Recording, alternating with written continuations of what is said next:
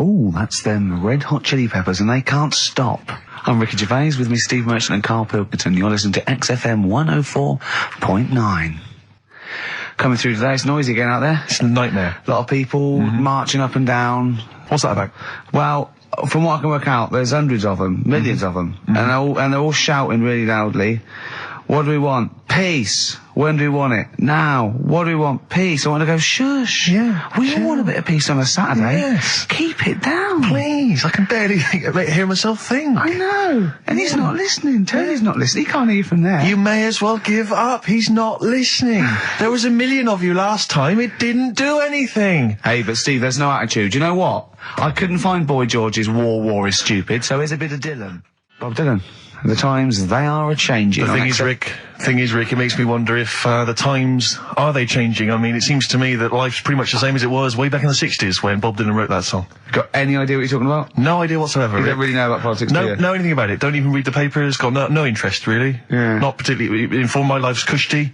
Got won some awards and stuff. Doesn't bother me. So, on a serious note, though, it is a bit worrying. I want somebody to put my... Do I have to get gas masks or something? No, because there are guys out there in Leicester Square today wearing novelty hats. If they don't sort this war out, then no one can. Okay, well, I'm not talking about it anymore. You would worry about it. I would worry about it. Well, maybe Steve. Why? Sort of people who are successful are worrying about it more than other people. Just because, they've got more to lose, haven't they? Right. No, do you know what I mean? You see, like, Bruce Willis on the telly saying, oh, it's not good, is it? And it's because he's got a big house and loads of cars. If you live, on a council estate, it's like, well, if it gets bombed, probably doing us all a favour, we'll get nice new blocks of flats to live in and that. It happened with Manchester, with the bomb that happened, and they bombed the Arndale Centre. Did us a favour. Got a nice new Marks and Spencers and that. So this puts a whole new twist to the argument when people say bombing the world's poorest countries is wrong. Because I remember when the Afghan problem was on, people were saying bombing the world's poorest country is wrong, but it's like home improvement, according to you, then. Yeah. Because they've got a brand new B&Q, have they, over there? They're popping down there every Sunday. Anyway, let's not go on about it. Yeah. Well, think what you're saying. Yeah, I know. My family was killed, but look, a carpet warehouse. Yeah. Do you know, I think, people don't want to hear about this today from us. They want to hear, the new features, the songs of phrase. What songs of phrase? It's the feature we started last week, where we take clips of songs, we make up a phrase from the show. I mean, a famous phrase, last week's world famous phrase was, there's this airy Chinese kid, you'll remember. Yes. Well, it was called Crosswords last week, but Phil emailed in a good suggestion. He said call it Songs of Phrase. Brilliant. Songs of phrase. Songs of phrase, but perfect. So are we still going with Cheapest Chimps? We're persevering with that, aren't we? Got some Cheapest Chimps lined up. We'll be doing that before 3 o'clock. Yeah. Great. Again, who else can say that? So good. So for the next 2 hours, everyone should just bury their head in the sand, ignore the world's problems, and enjoy features such as Cheapest Chimps and songs of phrase. And a bit of Shearing Braves. Oh, class. Trying to stop suddenly in Italy. TB. Turin brakes. It's like a rockbuster, Karl. They were the good old days. I know, yeah. Painkiller on XFM 104.9. But look, Rockbusters is gone. Forget Rockbusters. Long live Songs of Phrase. Over to you, Karl. All right, well... Rockbusters was one of the things they were protesting about last time. that was why I just had to listen to them. They just kept stopping me in the street as I was trying to get to the tube. You've got to stop Rockbusters, it's run out of steam, they said, and I'm glad. Yeah. That's why they always do it on a Saturday. Yeah. They make their way to Leicester Square for 3 o'clock. Yeah. Right. Songs of Phrase. What it is... Songs of Phrase. We take a phrase from the show. Last week, it was, there's this airy Chinese kid, right? Today, we're going back to the good old line of, like, you never see an old man eating a Twix. Sure. Right? How long is that? No, you'll never see an old man eating a Twix. You'll never see an old man eating a Twix? Not as many as you think, though. It's not that many. Well, how is it not that many? Right, well, first of all, anyway, don't worry about that. I think there's about 5, I think. Hang on a minute. Oh, God. Why do we leave him alone to do this, I don't understand. Do you know what I mean? It's like, I'll tell you what, we were flying there. 6 different songs. 6 different songs? That's a lot to get, Karl.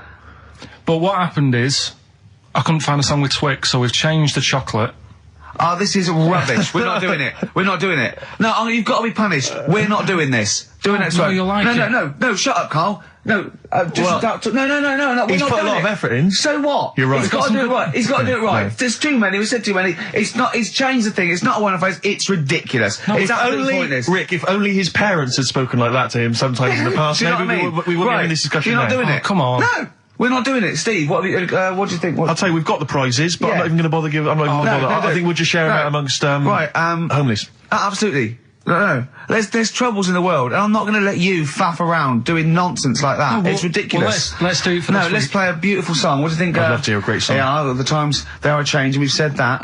Look at Rick, I'm Mother beginning to wonder Nature if it's on the run. Look at Mother Nature on the run, Steve. Yeah. Play it. So we're not doing... No. It's your own fault. Neil Young.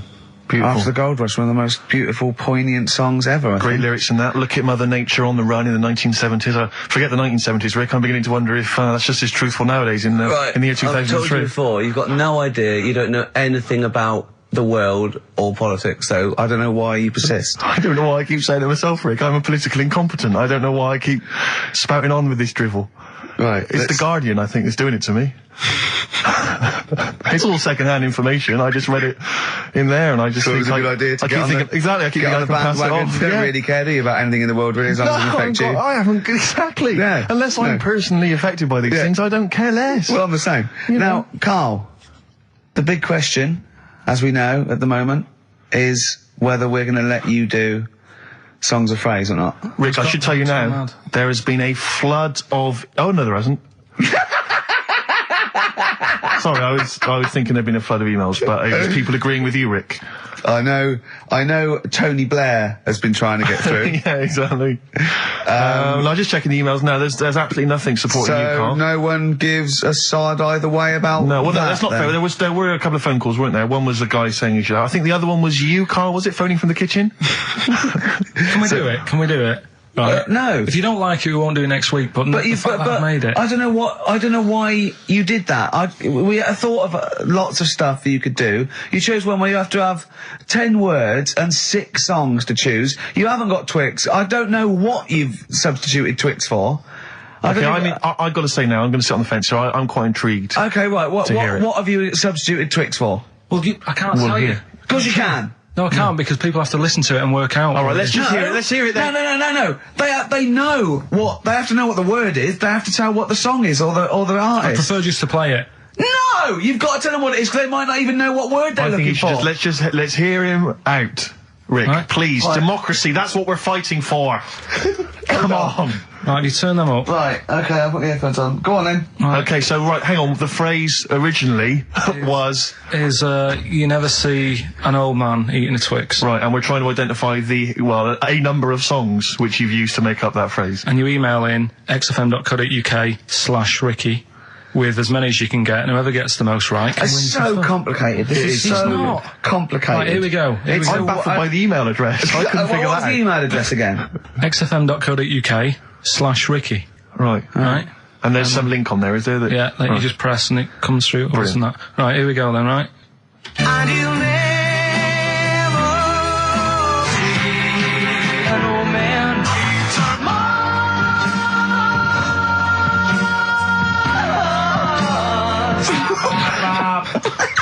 Well, I missed a little bit at the end. Let's hear it again. Mars, ba ba ba. Let's hear it again. and you'll never see an old man turn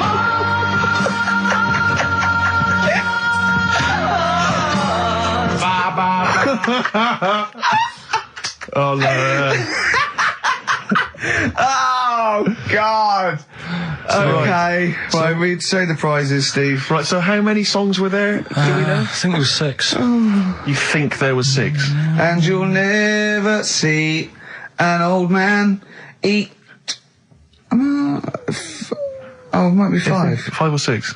Yeah. Anyway, why not email in the answers and how many there were, and you might be in with a chance of winning on DVD the original series of Citizen Smith with Robert Lindsay. That was good. Paul Whitehouse's Happiness, the first series of that on DVD. We've also got a couple of CDs here. The Best of Britpop, Live Forever, Oasis, Blur, Radiohead, and all the rest of them on there. Right. Supergrass's current album as well. That's all I right. think it's a current album. Yeah, it is. And Okay. less convinced by this one. If I tell you that some of the artists include Delamitri and Deacon Blue, then I know you'll be rushing out later, Rick, to buy this. Scotland Rocks. A compilation of... Is Wet on there? let's see. What the about Wets- Biss? What happened to Biss? Let me see. I'm not gonna... I tell you, it doesn't... I mean, we've got Gun on there. Oh, yeah. We've got... baby, lately. Aztec Camera. Yeah.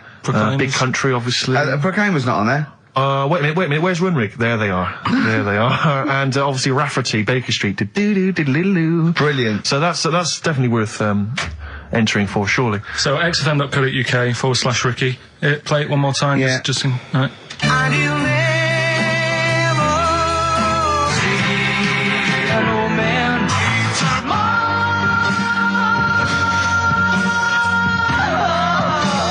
Ba, ba, ba. Class. Pure class. Well done. Okay. Yeah. All right, thank you.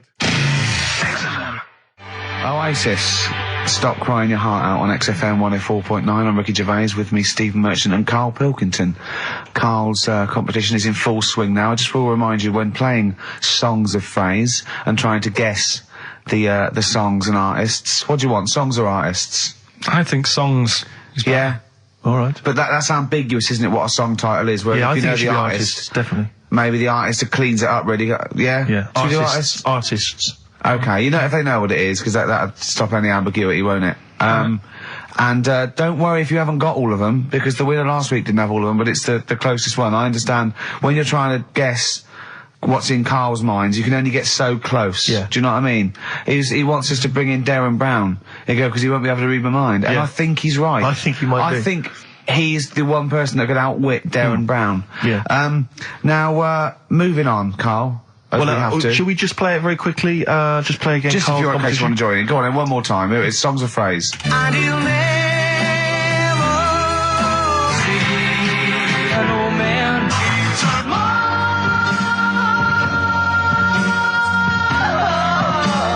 Ba ba ba. Because you have to get, you know, it is very difficult. So, you know, song or artist, we give points if you're close to any of those, and we'll choose a winner. So, you know, do And what the points mean? Crap prizes. XFM xfm.co.uk slash Ricky.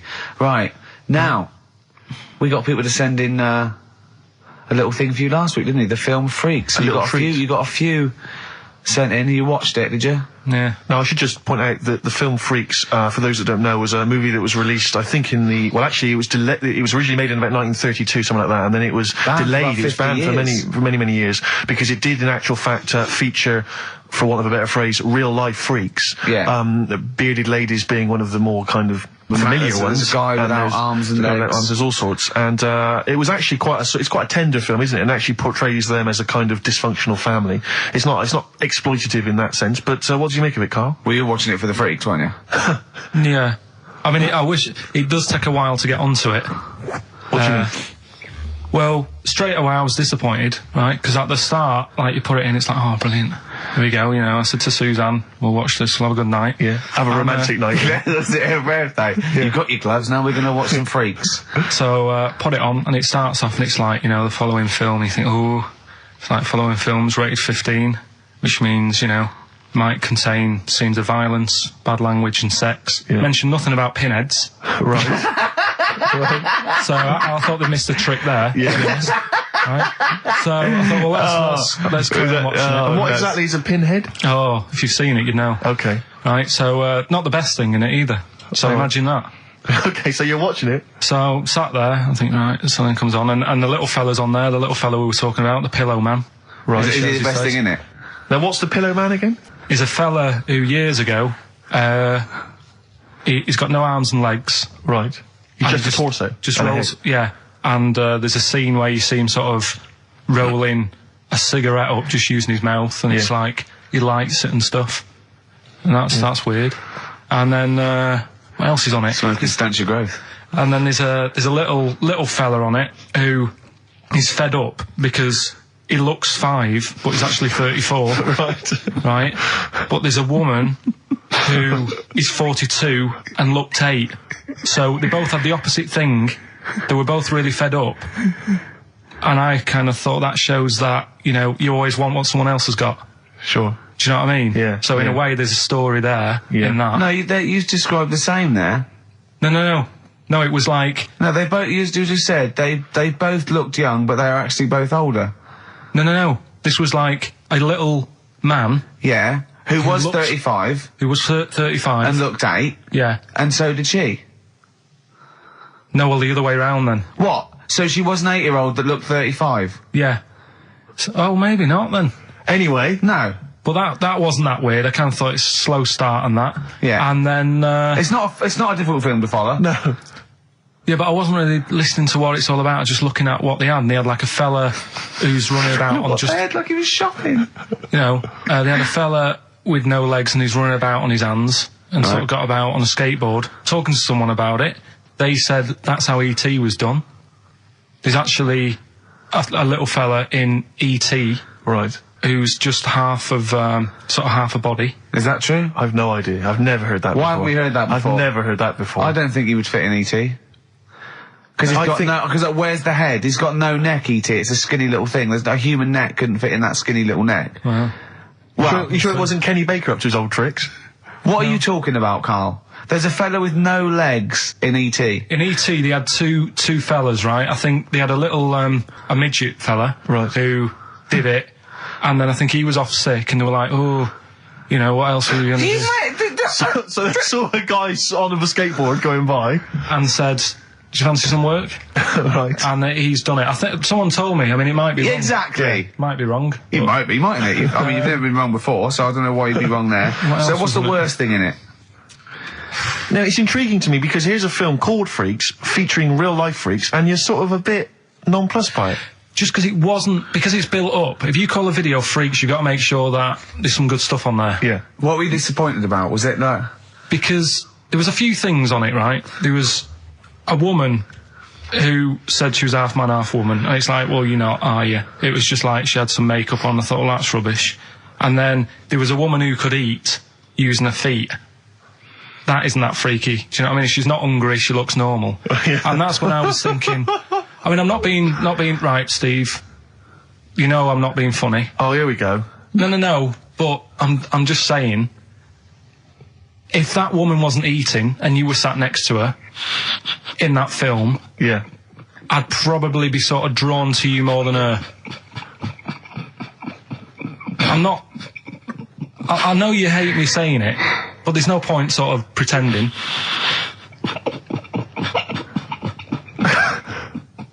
Do you know what I mean? Oi, Muttley, what are you sniggering about?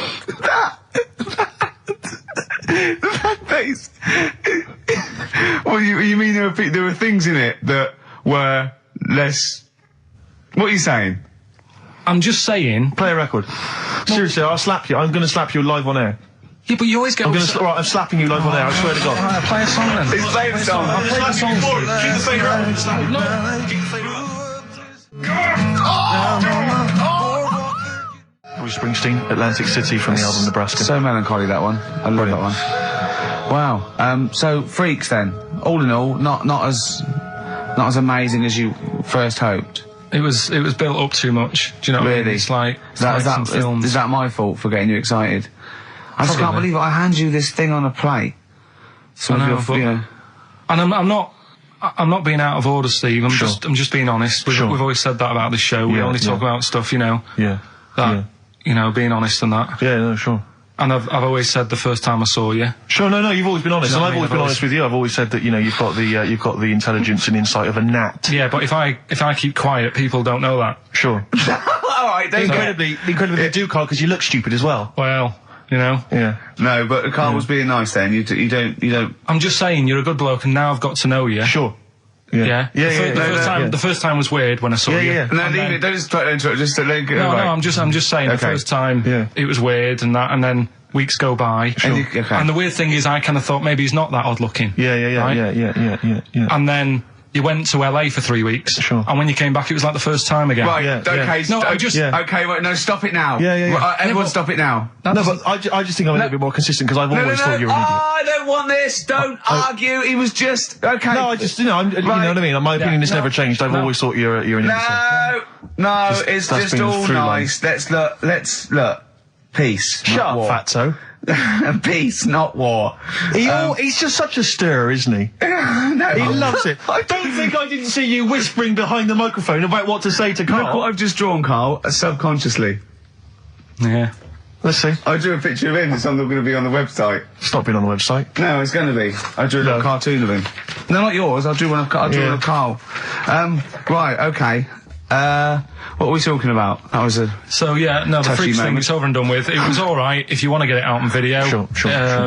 You know, it's probably worth a look. There's a couple of things on there that get you thinking more, you know, it's like how their life is and stuff, do you know what I mean? How it's affected, and like the little pillow man, or the fella who's got half of his body missing. Yeah. You know, it's stuff like that you think, oh. But what's the one that was disappointing? You said it was a half man, half woman.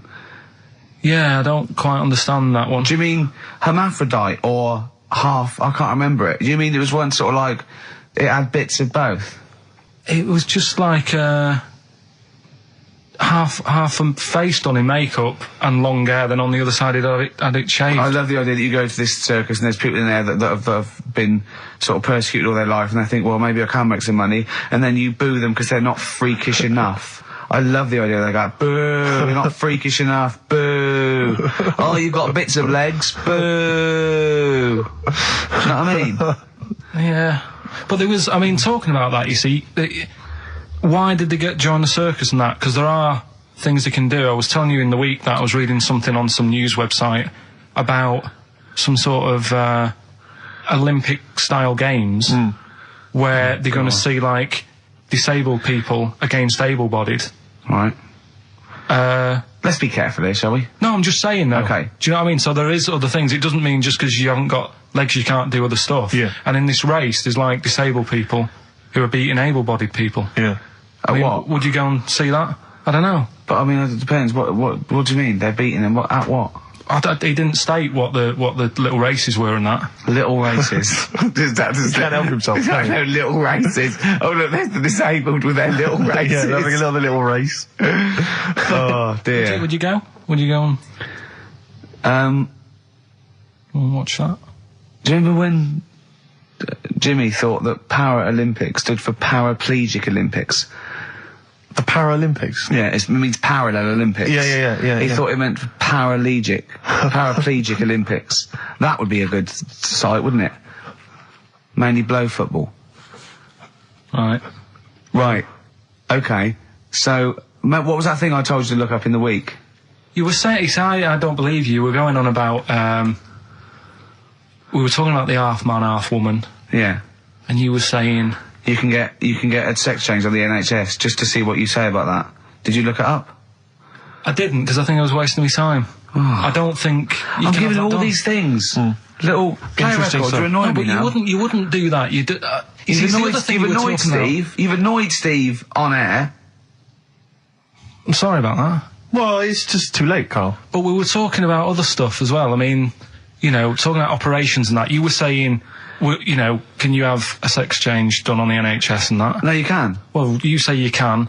I think that's a bit... It's not that important to have done, I don't think. Well, it depends if you desperately want it. It depends if you feel that you're born actually a different sex. Right? And then you went on to say there's other things that are done. Get this, Steve. Someone, if the cat's got a bad liver, Kidney. right, bad kidney, can have it done for $5,000. Yeah, you can have a kidney operation. But what's wrong with that? If you've got £5,000 you want to waste it on a cat, then fine. Get another one. We went through loads of cats. I've told you before, as a kid, we got through loads. It's not worth it. And there's no cat that is that amazing that you'd go, gonna miss that one. It's never gonna be the same. What do you mean? What would it have to be able to do to be worth it? Well, it's normally to do with people's affection for their cat. They've had the pet for many years. What do you mean? It should be able to juggle? Or No, do just- impressions, and that's why it's worth £5,000? Supposing there was a fella, right? He feels he was born a woman. He's not happy, right? He doesn't want this he's got a knob and a couple of testicles that he does not want, right? He wants a lovely pair of tits and a minge, right? And he finds out that he gets a cut price. He gets, a cut price sort of operation, a dodgy backstreet transsexual maker, right? £5,000, knockdown price £5,000. It's done with a blunt knife and some chloroform, right? But why have you got to have it all done? what? You mean just like have the knob trimmed and wear a bra? Well, yeah, I mean, are you saying if you have it all done, you get some sort of offer? If you give them something? No, I was being flippant. I'm saying I was trying to get down to £5,000. Supposing there was a fellow who had £5,000 to give away, right? Some old woman with her cat is going to die, or some fella who wants his knob chopped off and a lovely pair of tits put on. Who would you give the £5,000 to? So, hang on a minute. So, there's a fella who wants to be a Jesus. woman, Yeah, and there's a woman who's got an ill cat. yeah. Ooh. You see, I'd be annoyed. Whose is this £5,000? Is this my savings, or...? No, you get given £5,000 and you go, but you've got to give it to a charity of your choice. And it's got to be one of them. You give them Right, I'll £5,000. tell you what I'd do. What? I'd find out what the cat looks like, get a replacement, right? Say it's had the op. She's loving it, thinking it's happy again. Yeah. Give the fella the money. Right. Do you know what I mean? Well, so you're basically saying that you'd rather have the bloke have his knob cut off and stuff than I'd save have the to have a cat. chat with him first and say, what's your problem? And say, why do you need this doing? And I think they go through that. I think they go to counselling and live to as a check. woman for Like a second opinion thing. I'd just be saying, right, are you sure? yeah. But £5,000 on a cat, it can only be for people who have got loads of money, right? And it's like, well, £5,000, it's nothing. Well, I think this debate will rage on. Should we play a record and come back to this? Think about it, though. Yeah. Bit of White Stripes. SIBO, Bitter End on XFM 104.9. I'm Ricky Gervais, with me Steve Merchant and Karl Pilkington. Karl, you're looking all flustered and confused again. Still sort of don't get it. What don't you get? Well, that's a long list, Rick. Yeah. The, if you have your... Knob cut off. Yeah. It's because they feel like they're actually born a woman, and they're not living right. They can't live properly with all these things, Well, I mean, there are people that are genetically the other gender. They've just grown, There was one woman actually who was a scientist researching it and found out genetically she was a man. She had Y chromosomes, etc. But this is something different. This is both psychological and everything Well, else. sometimes it's that thing again, isn't it? You can't always have, what you want. It's like, I'd like to have hair. Do you know what I mean? But it's a bit easier. You can wear a wig. You can't go round really. Well, you can put on, but false breasts and tuck it in. That's just it as well, isn't it? You see, you say you could have the operation done and that, and yeah, you might sort of feel as free as a woman down below and that, but at the end of the day, you still look like a fella. Yeah, here's a bra and a split tennis ball. No, They'd be just like Auntie Nora. do you know what I mean though? Well, yeah, but it's about their outward appearance as well and how they feel publicly. Don't forget, a transsexual, it's not a transvestite. This isn't just a builder in a dress. They have the hormone replacement as well, so they get estrogen. So they and electrolysis. So they have, their face looks different. They don't go bald.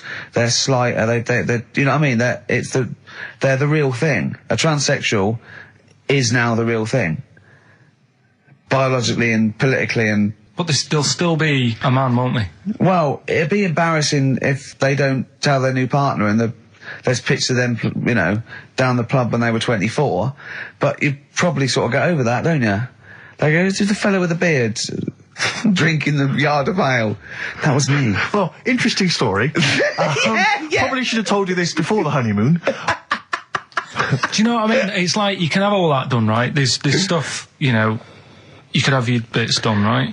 You can have like false teeth, but you know that when you see an old person with a good set of teeth, it's like, well, they're false. There's no way you've got good teeth like that if you were brought up in like the 30s. But what would you do if Suzanne said, "Look, I've got a terrible secret," and she showed you a picture of this kid, this little boy, growing up, playing football, and then the pictures stop at 20 just before you met her, and she goes and she shows you a nice pair of bollocks in a jar. She goes, they were mine. Well, first thing is you take back the gloves you bought her last week.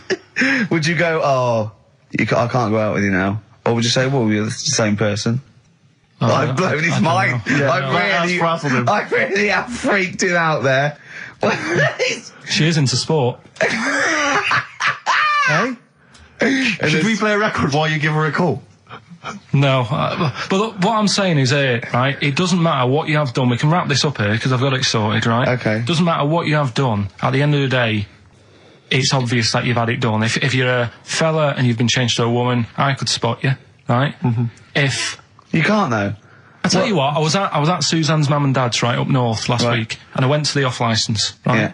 And I went in there, never seen this fella before, right? Soon as I walk in, I eye him up behind the counter, go, all right, mate. Oh, hello. I notice he's got a wig on, right? Yeah. Now, it was, I kind of looked and I thought, yeah, it's a wig, whatever. And then I thought, I wonder if it is. And as I got to the till, I said, how much is that? He said, 50 pence. I said, great. And as he turned to the till... Were you buying Suzanne a gift? As he turned to the till and he did that sort of angle, you got the profile, you see the bit sticking out of the back, you go, that's a wig. I know what you mean. Yeah. I know what you mean. And it's like a little. It just the last inch just lifts away from the neck. Yeah. Yeah. Now, everybody who goes in that shop will probably know him as having a wig and that. He keeps him happy, but everybody knows. So what I'm saying is, it's like... But could I just say, transsexuals put in a little bit more effort than a fella who's plonked a rug on top and held it down with some duct tape. Do you know what I mean? The only giveaway often with a transsexual is the big hands. They can't do anything about that. That's the only thing, Right. But I mean, transvestites are different. They are builders in the dress. You go in a supermarket, you turn around, you see a 6 foot woman, huge head. You go, all right, love. Do you know what I mean? Down below, she's packing more than us 3 put together. That's what I'm saying. But you know what I mean? That's when if Eddie Izzard, right? You're meeting Eddie Izzard, right? Who likes to pop on a dress now and again, right? What's the politics with that? Do you go, because he walks in, he's all in evening gown, and he goes, all right, Karl. And you go, all right, Eddie. And it's in a busy pub, and you go, oh, why is he? And you go, do you say, do you want a pint of bitter? And slap him on the back like you would a mate? Or do you go, that's lovely. That's a lovely dress. Do you know what I mean? What do you do? What do you do with a transvestite? Would you compliment a transvestite on their lovely dress? if he was wearing a nice dress? In the same way that you would if Suzanne was wearing Probably a nice in a frock. different way. I'd probably say, that dress, looks nice. Be even nicer on a woman. Right. Do you know what I mean? So you try and change the way they think. Yeah. Yeah, you'd want to teach them a lesson. Yeah. Sure. In a way. Yeah. It's just, it's one of them things I can't get my head around, to be honest, right? I can handle hairy Chinese kids. Yeah. Is it true to say that you've never been able to handle a transvestite? So I'm just going to add that to the list then, Karl, of things you can't figure out. It's like 4 volumes. Snoop Doggy Dogg, obviously, in the classic What's My Name? Yes. XFM 104.9. We've done that, so that's good. We've done... So we've solved the whole transvestism issue. Yeah, let me just check. We've done hairy Chinese kids, people having their knobs cut off. I think we've touched on the war as well. We've sorted that out. We've done freaks, haven't we? We've done freaks with no arms and legs, haven't we? Take that. Just don't think there's any other areas of possible offence. Have we done Forrest Gump in a wheelie bin? Well, we touched on your Auntie Nora, but haven't mentioned her fighting for 5 minutes, or her showing you her clunge. Hold on, let me see. I don't know if I think we might have. I'd definitely like to hear the word clunge more often. Yeah. On this show. Her Mary. Leave euphemisms. that. Yeah. Clunge, Mary. I'm still none the wiser on that, but we'll leave it. I love the fact you are such a you're such an old man, aren't you? You're such a reactionary old man, the way you talk. You are the sort of bloke, I imagine you and your father stood in a pub, if a man came in a dress, oi, you're a bloke in a dress, take it off. We were Or get out of talking, the pub. I don't know, last week we were talking about things that you can sort of say and do when you're sort of like 40. I thought another one, nod to a policeman. Yep, definitely. They're yeah. on the beat, they're going along, you're going your duty, you're going on, yeah, I know you're alright. I know you're alright. Yeah. Never mind these youngsters shouting at you and knocking your cap off. Exactly. It's that you can nod at If a you're copper. 40, you can nod at a copper because it's like going, I know what you're up to. It's a difficult job and you're doing it well. Yeah, I respect you now. I didn't when I was Exactly. young. I know what I was thinking of. Well done, mate. Well, I like the one you mentioned last week. You're now of an age where a van driver might ask you to back him into a parking space. Yeah, well, you don't feel, you go, get out To of the me, way. he wouldn't even consider No, me. get out of the way. Yeah. If you're under 30, you don't even consider. It's like I was thinking the other day, if I was in a pub with my dad and say his mates and they're all sort of 40 or 50, there is not one of them that would turn to me first with a pint of bitter and go, taste that, see if is that off? No, they wouldn't. They wouldn't they want would your never opinion. consider me. My Yeah, opinion is the yeah. last one they're interested in. Yeah. Is that off? Things you can do over, I think, maybe 50. Wear a flat cap and not like a frat. Yeah. You know, you're wearing It's it a because your fashion head's statement. cold. Yeah, exactly. You're wearing it because your head's cold. You're 50 years old, flat cap, fine. Yeah, or just wear a suit and tie without having to go to an event or a convention Just or get to up work. and pop on a little old suit and just tie. pop on a suit and tie. 'cause I tell you what, I love seeing old boys in a suit on Sunday. Yeah. Do you know what I mean? Yeah. They've got shiny shoes and they're 75. I've got and they go photographs. down the pub and I think it's brilliant. I got photographs of one of my late grandfathers, he must have been in his 60s, on the beach wearing a suit. Wearing a suit on the beach. I got a feeling he's even got a knotted handkerchief and a full three-piece suit. That's great. It's brilliant. It's a decency Because all the my time. grandfather, in my mind, my grandfather was always wearing a suit. I never saw probably him not wearing a was. suit. I think he wore a suit to bed. I can't imagine him taking that suit off. It was always... Maybe it was an all-in-one, pull-on one. But he didn't... I mean, what the weird thing is, though, it wasn't like he worked in a bank all his life. I think he was a builder. And then he retired and thought, it's time I should start wearing a suit. I know. Oh, I love it. I just, you know what I mean? It's because they've got to do something then. They've got to get up and they make an effort and they're still part of the world. Yeah. As opposed to me already just walking around in my pants. Yeah. Do you know what I mean? It's like there's no point in getting dressed. I'm not going out. Yeah. Or everything's got an elasticated waistband. Yeah. It's like that. Yeah, you don't even consider a pair of trousers. It's slip-on shoes, pull-on trousers. Yeah. Just, yeah. I have never seen a man with more Velcro in his closet. That has got to be for you the best time-saving device ever. Velcro. It's great. Just me and a baby girl, a dry white baby. I went to the Has your awards. tuxedo got Velcro? Well, I was still talking like that. The award show. I went home. When did we stay there? We went to 12 or something. Anyway, Yeah. I went home and I was watching telly at the end, right? And I was eating. I had these sesame seeds 'cause I was hungry. I had a few, and in the end, at the bottom of this jar of sesame seeds, right? Oh, there's tiny little seeds, but I didn't want to waste them, so I sort of poured them into my mouth and sort of like ate them like millet, like a budgie binging. Yeah. I went to bed, got up the next day. I thought, oh, I felt a bit sweaty. I had a resolve, and there was loads of seeds still in my chest. What, They in were the hair on your chest? Yeah. Oh, I had to pick them up. It took me ages to pick them out before I had a bath. So they must have stayed there all night, but not with the, with the cheese and alcohol that was coming through my pores. These seeds. And so, well, they started growing. I'd have to mow my chest. Oh, Your dear. girlfriend's a lucky woman. Sesame seed chest. What we got, Karl? Oh, do you remember we were also talking about names you cannot call kids now? It's like there are certain I was names. thinking that, like, there's great old blokes' names, but they have to be a baby once. Yeah, but yeah. I name this child Alf. You can. Stan. There are sort of these names which you just never name a child now. I mean, Karl, frankly, is. Oh, that's all right. I think this is quite Karl's friendly. good. Oh, but Alf. Sid. Alf Sid. You would never name a child Sid. Stan. Bert. I name this child Bert. Did I ever tell you about my Uncle Alf? No? He wasn't a proper uncle, right? Right. But he was just Was he an aunt? one of me dad's mates and Yeah. that. And he was getting on a bit. He must have been about 60, which is pretty old when you're younger and that. And he was the same. He used to always wear a suit and that. But he was never in good nick. It was always like a rough suit. But it doesn't matter. He's still making half the effort and that. Yeah. And he used to sleep in a dinghy. Right, my Uncle Alf. What? In his house? Yeah. Why? Well, in a flat, he's in like a little bed sit. Because he only had a little bed sit and he was into boats and stuff. So he had this Two dinghy. birds with one stone. Had this little dinghy, had a little flat, thought, well, it's tight space and that. He had a dinghy as a bed, and he had two tellies, right? He had two tellies, one that the sound worked on. The other one, only the vision worked. So if you wanted to watch a programme, You had to turn both on. put them both on like BBC One, turned one up and watched the other one. Wow. That's extraordinary. From his dinghy? Sat in his dinghy.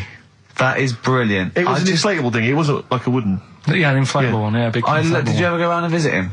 Yeah, now and again. Was it weird seeing a 60-year-old bloke in a suit, in a dinghy inside, watching 2 tellies? It's weird out at the time, I thought. nothing of I it. just. Which of the TVs stopped working properly first? I mean, did he? Let's say the sound went on one of them. Yeah. Did he carry on watching the other one, hoping that the other one was fine? Or No, did he went and got a new telly, and then the vision went on that, and he went, oh no. He went, hold on then. Wait a minute. I've got another telly in the wardrobe that I haven't used. It must have been like that. Yeah. Wow, he sounds brilliant. Is he still alive? Yeah, he's still around, yeah. I haven't seen him for years, but he used to, Be all right in Was the he flat. married? Be all right, Be all right. I think that's what happened. I think his wife passed away, and, Right. and that's when he had all this, he had a boat. And Yeah. it's like, oh, where am I going to put it in a bed sit? And it was like, hang on a minute. Yeah. You know what I mean? Sleep in that. So, yeah. I wonder if he ever brought any women back. Just the idea of bringing them back, getting down to it. Shall we move into the bedroom? Ahoy! Oh, that is fantastic.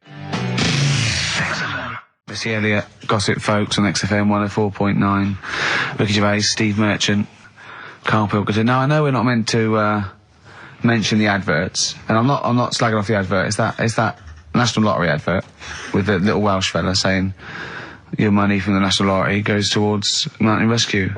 And put it out there, we've saved a lot of people. Now that's fine, that's great, well done.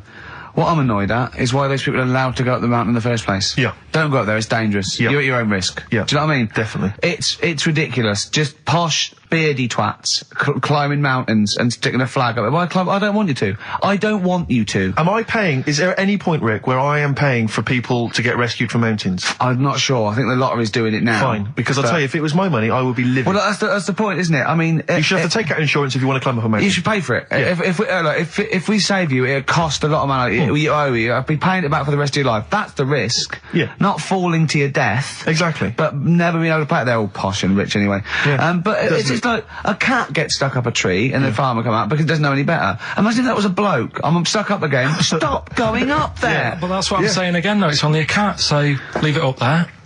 Get another one. Absolutely. And there's the skeleton of Tiddles. I couldn't be bothered to go and get a ladder. No, but it's the same. A few weeks ago, everyone was making a fuss over that sheep. That was the first cloned sheep. Yeah. And it died. Clone another one. Oh, wow. If only you could do the same with mountaineers. Yeah. Oh, it looks Or, the same. The beard's the same. They all look like Brian Blessed. Yeah, exactly. Did I ever tell you about the time that my father, when I was younger, we went on holiday, my dad he'd bought a little boat. Little sort of wooden boat, like a 3-seater, and he and a friend of his went out with me in the boat. I was maybe 12 or 13. Went out and we sort of went, I think we were we had the little motor, outboard motor, chugging out. We just thought we thought this was real seafaring stuff. Brilliant. We'd lost sight of the beach because we'd gone round a corner of like a mountain, or like a, what do you call it, like a cliff. And so we just round the corner, and there was this boy, like just floating in the water. Not a boy, but like a boy. And, very tricky to explain that on the radio. It's the same word, isn't it? Boy, a boy, and Yeah, a boy. yeah. And so we float past that and we're just chugging along. The motor conks out. Oh, I can't believe it. We have to row back in. So they're rowing away. I'm just sat there. And we noticed that every time we sort of think we've got past this boy, it just seems to be back where it started again. And we realised that the tide is taking us to, but not taking us out, taking us towards these rocks. And we've got ravaged rocks. And we were a bit pretty scared because I can't swim very well. Or I couldn't at the time. I think when my dad had maybe bought, he didn't, I'll be honest with you, I inherited a lot of things from him. One of which was his carefulness with money. just the one life jacket. How deep was the water? Which I seem to remember he tore off my back and put on himself. So the water's pretty down. I'm not saying we would have necessarily died, but it was pretty scary because the boat, we were going to go crash into these rocks and stuff. It was getting pretty unnerving. And so they're sort of rowing like mad, we're just not making any progress. And we're beginning to think that this might be the end. And, this boat, this kind of ferry boat comes chugging by doing tours. Ching, ching, ching, ching, ching. And it comes by and my dad goes, oh, wow. We were going, brilliant, brilliant, they can help us, they'll throw us a rope, they'll tow us back in. He was going, you've got to be careful though, hang on, because according to the laws of the sea, if he rescues us, Steve, he can claim my boat.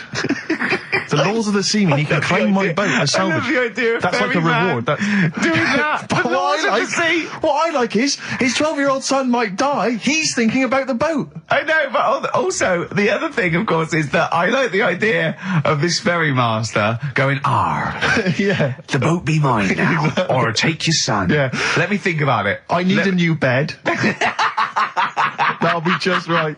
King size. Oh dear, that's lovely. So we've done a lot of stuff today. We've covered. We've done Artist Minge, we've done, what else have we done? We've done Chop Your Bollocks Off for Free. Yeah. We've done the operation to £5,000, which I'm not happy about. Yeah, leave the cat up there. Spend money. We've done most stuff, I think. We've done a lot. Yeah. We still haven't done Forrest Gump in a wheelie bin, but we can leave that till next week if you want. See, I still think there's something in the spending money in areas that it's not needed. Like, the fella, if you've only just tuned in, you've missed a debate about a fella who needs his tackle taken off. A debate makes it sound like it was a bit more informed than it actually was. Well, and I'm just, all that time, that was probably half an hour ago, and I've still been thinking about other things that it would be good if more money could be ploughed into things to get them out there. Like what? Do you know what I mean? Well, I was looking, I'm a fan of going on the web and that. Sure. And these inventions, right? We were talking about a few weeks ago, inventions that are out there, and there's some that, are well known by famous people who have brought stuff out. Do you know why we didn't go on with this? Because I remember saying to you about Einstein, who's thinks clever, you weren't impressed with it. I said Einstein, and you went, this is a quote, you went Einstein, well, yeah. Now, I've never needed, you got it wrong, you went, I've never needed MC² in my life, but the fella who made the video recorder, I watch one a week. Yeah. Right. That's right. Brilliant. And it's the fact that everybody's got one good idea in them, right? Like Newton said about the apple. Yeah. I did Rockbusters. Yeah. Right? And there was this thing that was on the website. So they shouldn't be spending money on investigating sort of medical procedures that might help people. They should be spending it on what, Carl? I found this thing, right, Ricky? Brilliant. Yeah. What it was, little sort of mops. What? Little mops, like little mop heads. Like floor mops? Yeah. Right. Fit them on your cat feet. If you've got a cat... right, if you've got a little cat... Yeah. Put these little things on the feet, and there was a picture of one, just like walking around the kitchen, like that. Looking a bit like that. Nick, right? you can't do looking like that on the radio. No, but it's just looking a bit sort of fed up, but he didn't really know what was going on. Walking around, you see like the woman of the house sat in the background having a cup of tea. Yeah. The cat's there walking about on the kitchen lino, mopping the floor. That's what I put my money into. Can we get shares in this? No, that's an invention. How good is that? Yeah. Can we get shares in that? It's good though, isn't it? I'll tell you what, I'll market that. I'll yeah, that's amazing. I just like the idea of people struggling with their cat to get. Hold on though, wait a Well, minute. then, I'd say- What if it had a bad kidney? Well then it's worth paying £5,000. I suppose a year, because it would cost a it's cleaner that, working. wouldn't it? Yeah. So that's what I'm saying. I mean, there's loads of other things out there that gets loads of Of course, you can stick a brush in its head and make it go down the toilet. It'll be genius, Carl. No, but there's loads... You see, you say that, if Newton came up with it, you'd be loving it. And there'd be loads of them out there, and everything, right? That's what annoys Imagine me. Newton coming up with that. Imagine Newton coming up with that, Carl. Think of it. Well, there's other things that gets loads of praise. Penicillin. Everyone, who came up with that? Who came up with that? Fleming, was it? Yeah, so discovered it on a... Right, I'm 30. Don't think I've ever used it. I've had Nurofen and Benylin. Right, so there's one thing.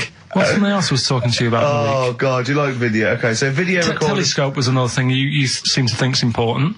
Well, no, you asked me about great inventors. I know someone, so I said Alexander Graham Bell, the telephone, everything from that, linked from that. John Logie Baird, television, Marconi, the radio. I said Galileo, the I was naming you stuff. It wasn't that, I was just saying that I think those things are more important than Rockbusters. I think they're better ideas. Telescope? Even a telescope? Carl, play a record, because there's a website. I must try and find it during this record. It's got loads of inventions I think you're going to love. Vicious from Lou Reed. Always a joy. Yeah.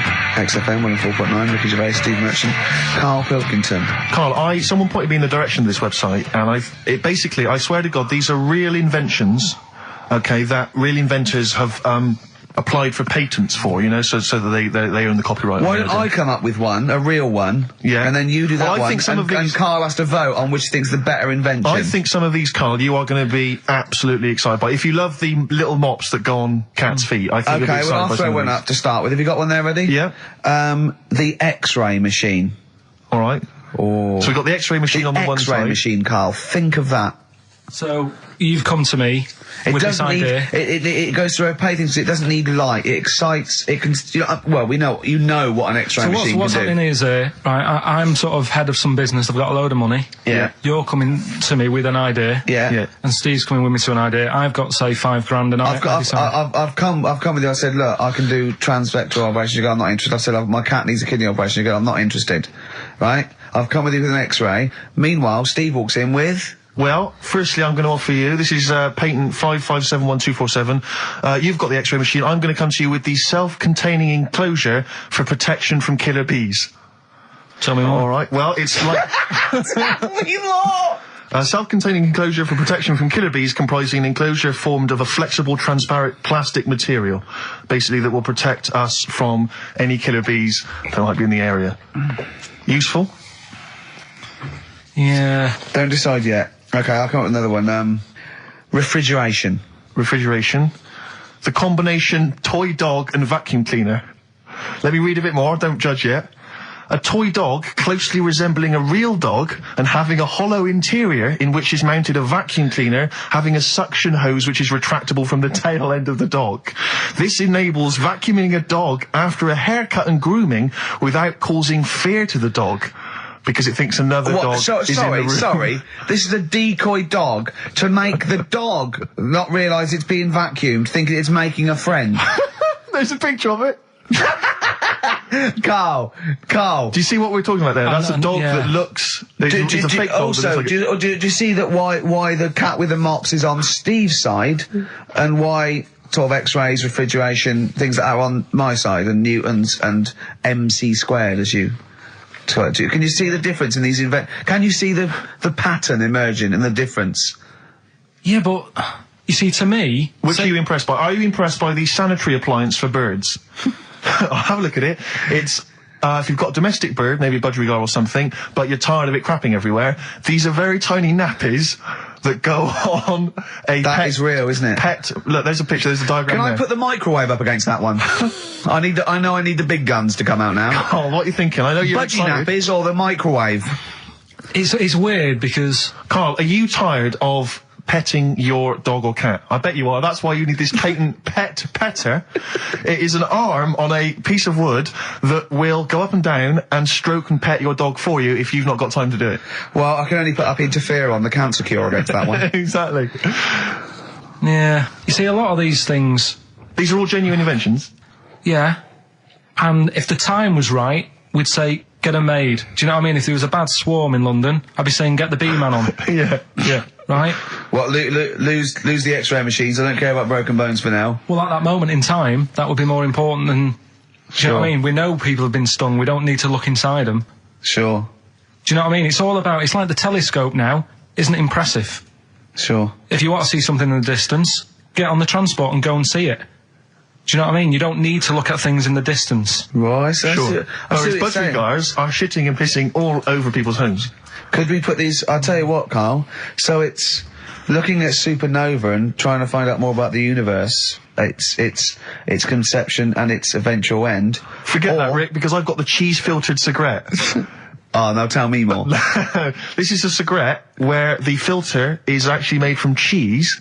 Apparently, cheese acts as a very good filter for tobacco, so the smoke passes through the cheese, thus you will induce a kind of smoky cheese. And also, smoking, you know, might make you a little bit peckish, and you can just nibble that so there's no dog end lying around the pavement. Or budgie shit. It's a cleaner place, and you haven't been stung. Brilliant. Right, now listen, so that's that done. Yeah. We've done that as well. Yeah. We're running out of time. We've got like 5 minutes left. Winner for Songs of Phrase. All right, give us the answers. Right. We did this at the start. We haven't even got time for the film thing today. Oh. But we'll do that next week. Songs of Phrase. It was a phrase you never see an old man eating a Twix. I love the fact that we haven't got time. Like, we've had such important stuff, and it's been so jam-packed and interesting. Not that it's been drivel with gaps we could have filled much better. Yeah. Don't look at it like that, like, What, with his film quiz? Come on. Oh, dear. So, Songs of Phrase. You never see an old man eating a Twix. We had to change it to Mars Bar. Here's what we had. Jerry and the Pacemakers. Echo and the Bunnymen.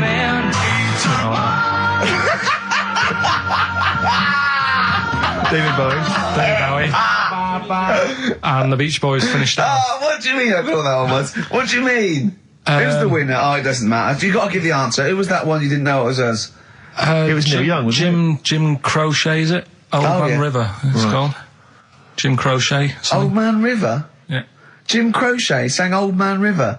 I don't think so. What was it? Who cares? Right. Well, people... I can't believe this. Old Man River, it was. Let's give the prize to... Jim Crochet wouldn't have sung Old Man River. Well, let's give the... Paul Robeson. Let's give the prize to Mitchell Sterling, who has got some of the answers right. On XFM 104.9. How will we playing that great quiz again next week? Next week. Ricky Gervais with it on XFM Sports. And if you want to send an email, it's rickygervais.co.uk, or check out the website on XFM's All the Comms. Good night, 33-33. Coming up is Harold Levine and Stooping Nouns. The SIBO, The Bitter End on XFM 104.9. I'm Ricky Gervais. With me is both Stephen Merchant and Karl, the K-Man, Pilkington. Oh. So you've already got that. That's safe. It's only 4 minutes past. You've had placebo and you've got us three. So you're definitely going home with that. yeah, whatever that's happens. safe. That's on its way to the hospice. Exactly. You've banked that. Yeah. Now, do you want to gamble all that to go on and listen for another 2 hours? Well, you could walk away now and you're up. Yeah, you're up. You're right. already up. Right, that's brilliant. You have not wasted any time. Do you want to gamble that against another 2 hours? It might be shoddy, it might go downhill, but it might get even better, Karl. What do you say they do? Listen for another 2 hours? Yeah. See, we shouldn't have done that. We shouldn't have asked Karl, because a lot of them now are already taking what they've got. And what they've got is great, Rick. What they've got is lovely. Yeah. They're loving that. They're going to enjoy that. We have got monkey news. We've got cheap as chimps. That's not the same thing. How many A lot radio of people stations do. have got two ape-related simian features? Rick, can I point out now, a lot of people are making that mistake. A lot of people are thinking that monkey news is exactly the same as cheap as chimps. It's not. Let's keep that clear. It's not. It's in the same ballpark, but it's not the same. There are apes. They're involved. They're involved. Yeah. We've also got some great music. Yeah. We've got an amusing sketch about a fly. Oh, is that important? Oh, and Mystique are dropping in. Let's hope the Mystique ladies are coming in. Singing their music I for us. want to kick off with a song that is, you've got like half a dozen posing songs that when you're sort of like between 40 and 18, they were the ones you'd put on to get ready to go out or just pose around or be that pop star or think you're on stage or whatever or in the video. Yeah. And embarrassingly, I dug this out and I remembered I used to post this like a mother when I was about 14, right? It's his Street Life by Roxy Music. You used to do... Mine was Oops Upside Your Head. Yeah. It was just me on the floor in my bedroom. One day there'll be other people in this imaginary boat. yeah. Elbows going everywhere, knocking over vases. Yeah. But then I remember later it was Black Lace's Superman, which is something similar. Do you remember that? That was brilliant. Wow. Spray, ski, da-ding, da-ding. If you've out there in Radioland got any funny jokes, then call in. Email them in because we need some. Street Life, Roxy Music off the Stranded album. That's why I used to jump around to. What would you have been wearing while you were listening to that? Well, probably Brutus Gold jeans. Classy. Or Green Flash pumps. Sure. Any socks? I would have had socks, yeah. Yeah. I'd have probably been wearing the shirt my mum got me from Tesco's, which was again a Brutus shirt, and it had women in bikinis eating bananas on a chaise longue. Of course it did. So, Lots of small ones, or just one big lots of little small ones. Yeah, so so that was that. A trilby? I didn't wear a Did you trilby. have a no. toy with a trilby? I remember when I went on holiday about that time, and I was about 14. But my older brother had this leather jacket, and I was on the beach, just in my shorts and that, and I went to get an ice cream or something. I said, "Can I borrow your jacket?" And I put his jacket on, and I was frozen on the beach thinking, they are all looking at me because I look so good. And I also had a straw Stetson. And I really thought, yeah, I'm turning into quite a man. Yes, I'm quite a catch. Yeah. Just thinking, they're looking, going, who's that dude? Is he American? Has he just come from some sort of rodeo? Wait a minute, I'm in a bikini and I like bananas. I could be the woman for him. Oh dear. What was that? Didn't you have a t-shirt or a jacket or something you wore to university that was pretty classy? Didn't it have like some foul language on it or something? What was that? Yeah, I'd when I was 18, right? The Christmas or the birthday before I went to university, got 2 sweatshirts, one black, one red, had bullshit on them. Just on the about. Right. And the red one, all my clothes, the first wash, everything was pink. All my white shirts and my white socks, of course, because I just put it in. I didn't know. Yeah. So that I was a man at university with all pink clothes except for a rather nice red sweatshirt with bullshit on it. Again, turning into quite a man. Quite the man. Was that pre or post the time you washed your clothes by getting in the bath? And that was pre. That was the second year when I was had to go in digs at our Halls residence. So I had a bath, and you had to sort of like pay for a bath, So I thought 2 birds with 1 stone. I got in the bath with all my white shirts, because I was going through sort of wearing a white shirt and tie, that sort of David Sylvian sort of frying for everything, and Daz, and I just wriggled around in it. I washed myself. It's quite a good exfoliant. I didn't do it again because it was sort of not good for the skin. Daz. Quite sore, is it, around the sort of the more intimate regions? Yeah. So there you go, Roxy music and street life. Karl, thoughts? I just was working out time, really.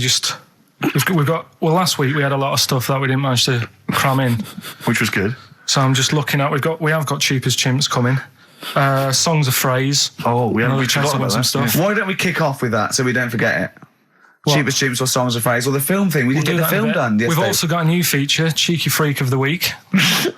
Incidentally, I should just point out now that someone has, Ashley Phillips has emailed in, because obviously with Songs of Phrase, what Karl does, for those who have not heard it, he takes a phrase that you might hear commonly on the show, and then he uses various songs. There's this hairy Chinese kid. Was the one you never seen an old bloke eating a Mars bar. And as I say, he uses different chunks of songs and he makes up that phrase. And so he has made some suggestions here, Karl, because he thinks that the more common "Karl, you're an idiot, fool," etc., perhaps a little overheard, he'd like to maybe hear "Karl, pause, I don't know where to start," which is a common one from Ricky. "Karl, which bit of that do you actually think is true?"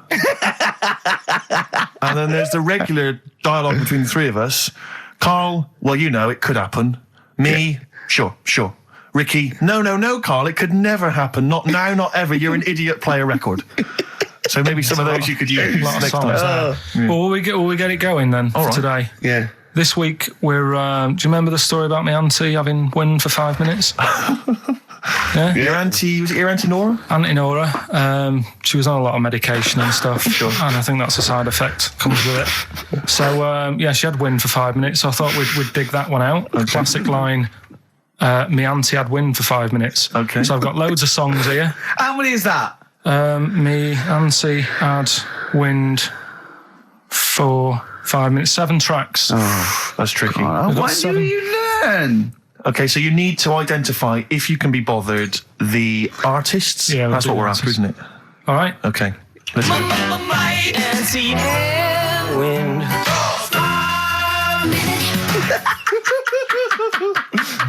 All right, we'll play it a few times. Just remember, as many as you can get, because the winner would probably be, who gets 5 or something. So don't worry if there's a couple you can't get, because you could still probably win. Here we go again. Wait and see and win. Can I just, what's the email address? It's, well, if they go to xfm.co.uk/Ricky, they can just send them through there and that. Send them through that way. Which of these is the prize bag? Yeah, don't get them mixed up.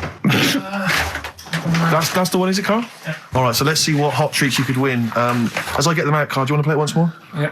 Wait and see and win. I recognise all of them except one. Yeah. Right, let me see what Maybe we've got 2. here. Once again, Karl, you excelled yourself with an arbitrary collection of DVDs. Just hanging around, were they? Just hanging around. Again, I'm always interested to know which of our XFM listeners has tastes as broad as this. Go on. We've got the recent BBC adaptation of The Hound of the Baskervilles. Brilliant. Okay, fair enough. That's We've all got, what's this? Is this this is something involving Air, the band Air. I think it's a single at best. Yeah. This is probably worth having. This is the current Flaming Lips album. So you've excelled yourself there, actually, Karl. That's not bad. An XFM mouse map. They're as common as muck. Oh, hold on. You can't give away that mouse mat. It's a piece of foam. Now, I was going to dismiss the oddball sci-fi movie K-Pax featuring Kevin Spacey and Jeff Bridges, but Karl, is it signed by Kevin Spacey? It's signed, yeah. It's an actual. So win that and put it on eBay for £4.50.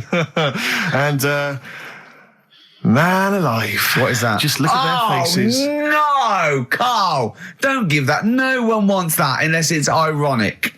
Series 1 and 2 on DVD of popular northern-based sitcom Bread. Buy it, sell it. The game's getting hard because someone's dealing you a losing card. They all had a go. All the actors had a line on that song. Play the clips again. Play the clips again. They really want to win it now. Here we go. Wait and see and win. I can't believe this hasn't been done before. It's extraordinary. All right. Because most of our ideas have. Verve, Lucky Man on XFM 104.9, Ricky Gervais, Steve Merchant and Karl Pilkington. The emails, I should point out, aren't flooding in on the No, but it competition. always takes time when they go through the website. Does it? Yeah. Okay. So they'll be arriving in a bit. Do you want to play it once more for those that have just joined us? All right, then. Wait and see and win. There you go. Brilliant. My auntie had wind for 5 minutes. Brilliant. Genius. Name the artists. Rick, I sometimes get off at the Tube at Tottenham Court Road if I want to look at the record shops before I come into XFM, and I always cut through Chinatown. Oh, yeah. And every time I come through Chinatown, the same thought always strikes me. I always feel like I want to just gather all the little locals, all the little Chinese fellas, just gather them round and just go, guys, in what way is this a town? It's not, is This is not, at best, what you've got here is a novelty street. Yeah, Gerrard Street is not a town, No, mate. it's not a town. You've had this here for like 100 years. It's not expanding. Yeah, yeah. You can't just call it Chinatown and claim it's a town. If I was them though, and you do that, I go. What are you talking about? It is a town. It is a town. It's What- our in what town. way? It is a town. It's our town. We got all lots of stuff. Where's your church? Where's your mayor? We needed. We got a betting shop. Not enough. It is. See, all you've got here is restaurants. No, that does not a town make. no. Got a little supermarket with snacks. What does it sell? Snacks. Specifically, I would imagine crackers. Yeah. Do you want to buy a dragon? Do you want to buy an ornamental dragon? If I wanted to buy one, this is where I would. Do you want to buy a gold dragon? Is it made of gold? No, it's made of plastic, but it's sprayed gold. Do you want to buy that? It's not a town. It is a It's town. not a town. Yeah. And it annoys me because when I first came to London, I genuinely thought Chinatown was going to be this amazing, what they've got there is You'd hear a gong and every time you went in there, and right? there'd be rickshaws and people walking on those little sort of wooden shoes. You know those ones? They're brilliant. They are just clomping around in them, but nothing. It's nothing. It's just. Yeah, exactly. Yeah. It just reminds me of, have you ever been to any of those sort of museums? You tend to have them up north where they've got like, you sort of sit in a little cart and it sort of rides you through kind of, I don't know, it might be Newcastle, the Victorian era. Yeah. Could I have half a pound of those sweets, please? Exactly. Of course you can. If there was some animatronic then, it would just be an exhibit. Yeah. Although Their concession to being 100 years ago is that there's some scales in the shop and there's a horse outside. Yeah. That's it. That's it. Exactly. Yeah. The traditional sounds and smells of old England. And the voice of going, of course, there was no television. Exactly. Amazing. Yeah. Amazing. Brilliant. Yeah. Haven't they got one Welcome of- to Chinatown. Oh. Ding, ding, ding, ding, ding, ding, ding. So it's not, it's a good point. Is that a piece of traditional music? Ding, ding, ding, ding, ding, ding. Yeah. Is that some traditional Chinese music, or is that music that someone in this country wrote, thinking it sounded like Chinese I music? think it was the Vapors, wasn't it? Oh, is that what it is? That? Because it sounds so, that's the music, isn't it? But are you sure they didn't take that from some other source? it's that pentatonic scale, isn't it? What is it called? It's the black notes on the piano. Right, that's the one I can play along with EastEnders. Yeah. Do you know what I don't get with it? Go on. Chinatown. Yeah, Chinatown, because I always walk through it on the way to work. A couple of things annoy me. First of all, I think it's bad business, just because if you've got a Chinese restaurant, put it somewhere where there isn't any others. It's a good point. Yeah, but it's also a community. They're not just a theme park for other people. I remember going out one night with Suzanne, some friends, and you got there and there's so much choice. It's that dilemma of, oh, forget it. Well, And not we really. went somewhere Specifically, else. do you fancy Chinese? Well, no, but No, why don't you go to the one with the dead ducks hanging in the window? That's my That's the favourite. other thing as well. It's like, normally you put your good stuff in the window. If that's what's in the window, yeah. Right?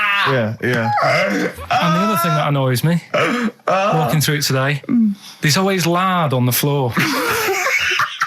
What, in the street? It is, honestly. I'm scared I'm going to slip over. It's because all the restaurants and that. But why is it? That's another point. Well, it's not oozing out of the restaurants. No, but why is it? Why is I it? don't know what they do. Careful. Listen, no, but why is That's why they used to wear those little wooden shoes. it? No, okay, we've got. No, but the thing is as well, they try and wash it with water, which doesn't work with lard, and it's like oil. Famously, yeah. You know what I mean? Even I know that. Yeah, you got to Yeah. scrub it. So, You think sorted that out. Yeah. You think they'd know, wouldn't you? Yeah. Right. Anyway, thanks for your thoughts on Chinatown, Karl. Right, I'm going to play this thing again, because it is a bit slow today, the email. Oh, because it's too hard. It's not too hard. There's just clips of songs. What are the artists? Email in. Light and see and win. xfm.co.uk. He's getting annoyed because he put the work in and no Well. one's good. He's getting annoyed. Oh. Remember, I think Kevin Spacey and the signed K-Pax DVD is probably the only incentive to try and have a go at that one. Do you just think you could win by getting one of them? Exactly. Coming in They're coming in now. Okay. This is electronic. Electronic, getting away with it. Definitely. Do you reckon we'll get away with it? You see, you've worried me now. Yeah, I don't know. He's worried me. My Karl. apologies if you're offended at all by my reference to those little wooden shoes. Well, that's not going to help, Rick. dear. That Chinese Oh, women dear. used to wear. I don't think they still wear them. We've only had one complaint, haven't we? We got from the Sony's that one about talking about the swan's penis, but. Yeah. You know, things about complaints is people complain all the time. It's whether it's upheld because it goes to an authority, and then they have to go, oh yeah, look, that was in poor taste or pre-watershed or Some of the things you've said on TV, though, you must have been stung. I've only had one upheld, one serious slap on the wrist for something I said. But What was he saying? Can you repeat it? well, I can. Yeah, I was talking about, and it was a true story. I was talking about this little old man who his daughter was taken to home because he used to fry up bacon and rub it round to get the dog to lick them. Right. And you got a complaint? Yeah, And that was it. That's why you got a complaint. yeah. Yeah. What's up with that? Well, he said it on Songs of Praise. They said it was in poor taste, I suppose. What other complaints? What You know the biggest complaint ever on TV, the most complaints ever for anything on TV was the showing of The Last Temptation of Christ. Yeah. Do you know the second? Yeah, the second was I think Anne Robinson putting the Welsh into room 101. What? Because she didn't like him and that. Yeah, she just said, well, they're going in the, She said it slightly more eloquently than that. Yes, yeah. I can the people or the place. I don't know. I think it was the place and therefore the people. Yeah. What do you mean, yeah? No, well, you know, my mum and dad have sort of moved from Manchester. They reside now in Wales. Oh, yeah. And it is... Look at his face, turning his nose up. No, but it is pretty depressing. Do you know what I mean? It's just one of them places that it's like you go back in time and that when you go there. I mean, maybe the major cities there, maybe Cardiff is all right. What, even coming from Manchester, it's like going back in time? It's like one of them places, it feels like every day is Sunday. Do you know what I mean? It's just depressing and grey and slate Lots everywhere. of vickers walking around going, I'm late. Well, yeah, it is the sort of attitude they have, right? This is true because my mum and dad live there and that, right? And they love it. It's all right. It's an healthy place to go when you get older and that. But this is why they don't move on in Wales. Well, I'd just like to make another sorry to any Welsh people listening. We're not saying you don't move on. Karl is. No, but... Sorry about the little Chinese shoes again. The thing is, it's good that in a way that they do that and they don't want to be like, rushing about everywhere because the way London isn't that great either, is it? Because it's totally opposite here, right? Yeah. So I'm not having a go. It is a bit dull. I think even people who live there will agree with me, right? But, like, one of the shops that my mum and dad use, right, it's only a little sort of villagey type shop, can't be bothered staying open for hours and hours, right? Because there's not enough people who use the shop. Yeah. So what you do is, they get used to what you buy. And they leave it out. They put it in a phone box outside. They put it in a phone box? Yeah. So it doesn't get wet. So my dad's loving that. Well, Once he found that out, it was like, brilliant. But how is that a bad thing? That's brilliant. Well, it's not for other people. It is for my dad, because he's picking up all sorts of stuff. Oh, no, he's not. Oh, yeah. He's not nicking other people's shopping. Well, it's not like nicking, is it? Because it's not theirs yet. Oh, and you've stitched him up on radio. Well, of course, because they're going to think, who is there in town with a Manc accent who hangs around a lot? Who keeps making phone calls and is getting fatter. Yeah. That's You stitched him I right love up that. there, I love that your dad was excited when he found out. I can't believe that he's moved there. He's retired to this little village where it's based on trust and community, and he is abusing it. He's using his scally Manc ways. Bloody hell, Lakers. There's no bread again. There's old women Was going empty. hungry. Yeah. Their cats aren't getting fed. And your father is just, I can't, that's obscene. That's obscene. Oh, I think it's a die thief. That fella from Manchester. I don't even think they've got Sky there yet, have they? They can't listen. They won't know what's... I think you stitched him right up. I hope you have, actually. I hope he goes down for it. I hope he's hounded out of the community like Frankenstein's monster. Yeah. They should get burning torches, go up to the Set fire mansion. to his cottage. Yeah. Exactly. Right, well... He's out of the choir. Yeah. The streets. Yeah. Streets. Has it come to this? Could I just extend, Rick, my apologies now to both the Chinese community and any Welsh people listening? Yeah. And I'm sure that list will increase as the show goes on. Yeah. Forget about tomorrow. Feeder. Right. Listener, I'm talking to you now. Have you seen these posters around with me and Steve on it, right? It's embarrassing, right? We were mucking around at a photo session and XFM wanted to do some posters. We couldn't be bothered to do them again, so we let him have this one. Irony comes back to haunt you, and it looks like I think I'm Simon Temple or something, and Steve's all right. But we think that Karl should be in it. Definitely. Karl doesn't want to be in it, but it looks like everyone listens to this show for Karl's basically, innocent stupidity and some great tracks. Exactly. They don't listen for us anymore, Steve. So I think it should be a campaign to get Karl on the poster. Yeah. Well, I should point out that I think XFM are more than happy to have him on the poster. So it's just him. You don't want to be on there, do you? There's no need for me to be on it. Of course there is. Why not? I get so many emails here as I'm sat during the show reading them. So many emails saying, what does Karl look like? Well, I if want they pictures of Karl. go to xfm.co.uk/Ricky, we've got those film bits on there, those video mock-ups where I'm part of it. You can sort of... That's not see it enough, on there. Karl. People want to see your face. You're part of the show. Not You're an bothered. intrinsic part of the show. Yeah. Yeah, we'll get you on the poster. Why? It'll be too much on a poster. They can only take in so much. What do you mean? They can only take in so much. Yeah, it's good with two people. No. It's enough. So what do groups do then? Well, they haven't... It's like Ringo Starr is being left off the cover of Sgt. Pepper. Yeah. Or Rutherford doesn't get in a look in with Genesis. Exactly. Well, You know, Which would be outrageous. yeah. I'll say, sorry, Tony Banks, you can't be in this one. Yeah. It's just me and you will be very. You see, you look like the Collins, so but you've got to be in I there. don't photograph that well either. You're joking. Is it because the you look like a little cue ball because it just shines off the top? A lot of people as well. You should dispel the myth. A lot of people think for some reason that you're fat. A lot of people say to me, "Is he fat?" No, but that's because I haven't got much hair, so it looks like my head's big. No, they haven't even seen you. They just think from listening to the show that you're fat. That's because you're northern. They think you just eat chips and complain about the weather. Well, complain about the south. I just think you could answer a lot of your critics. But then you see what I don't like about this world. A lot of people judge people on the way they look. Yeah. Oh, like you do. If only more people thought like that, Steve. But Carl, you judge people on the way they look. Yeah, I know. That's what I mean. But I couldn't with me, could I? Because I don't know what I look like. What?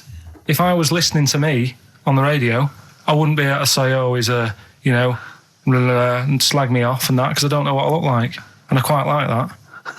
Do you know what I mean? I lost. I don't know what Absolutely you're talking about. lost. Just believe me, right? I'm right on this one. It's best if you leave it. Well, we're not going to leave it. We're going to get you on the poster.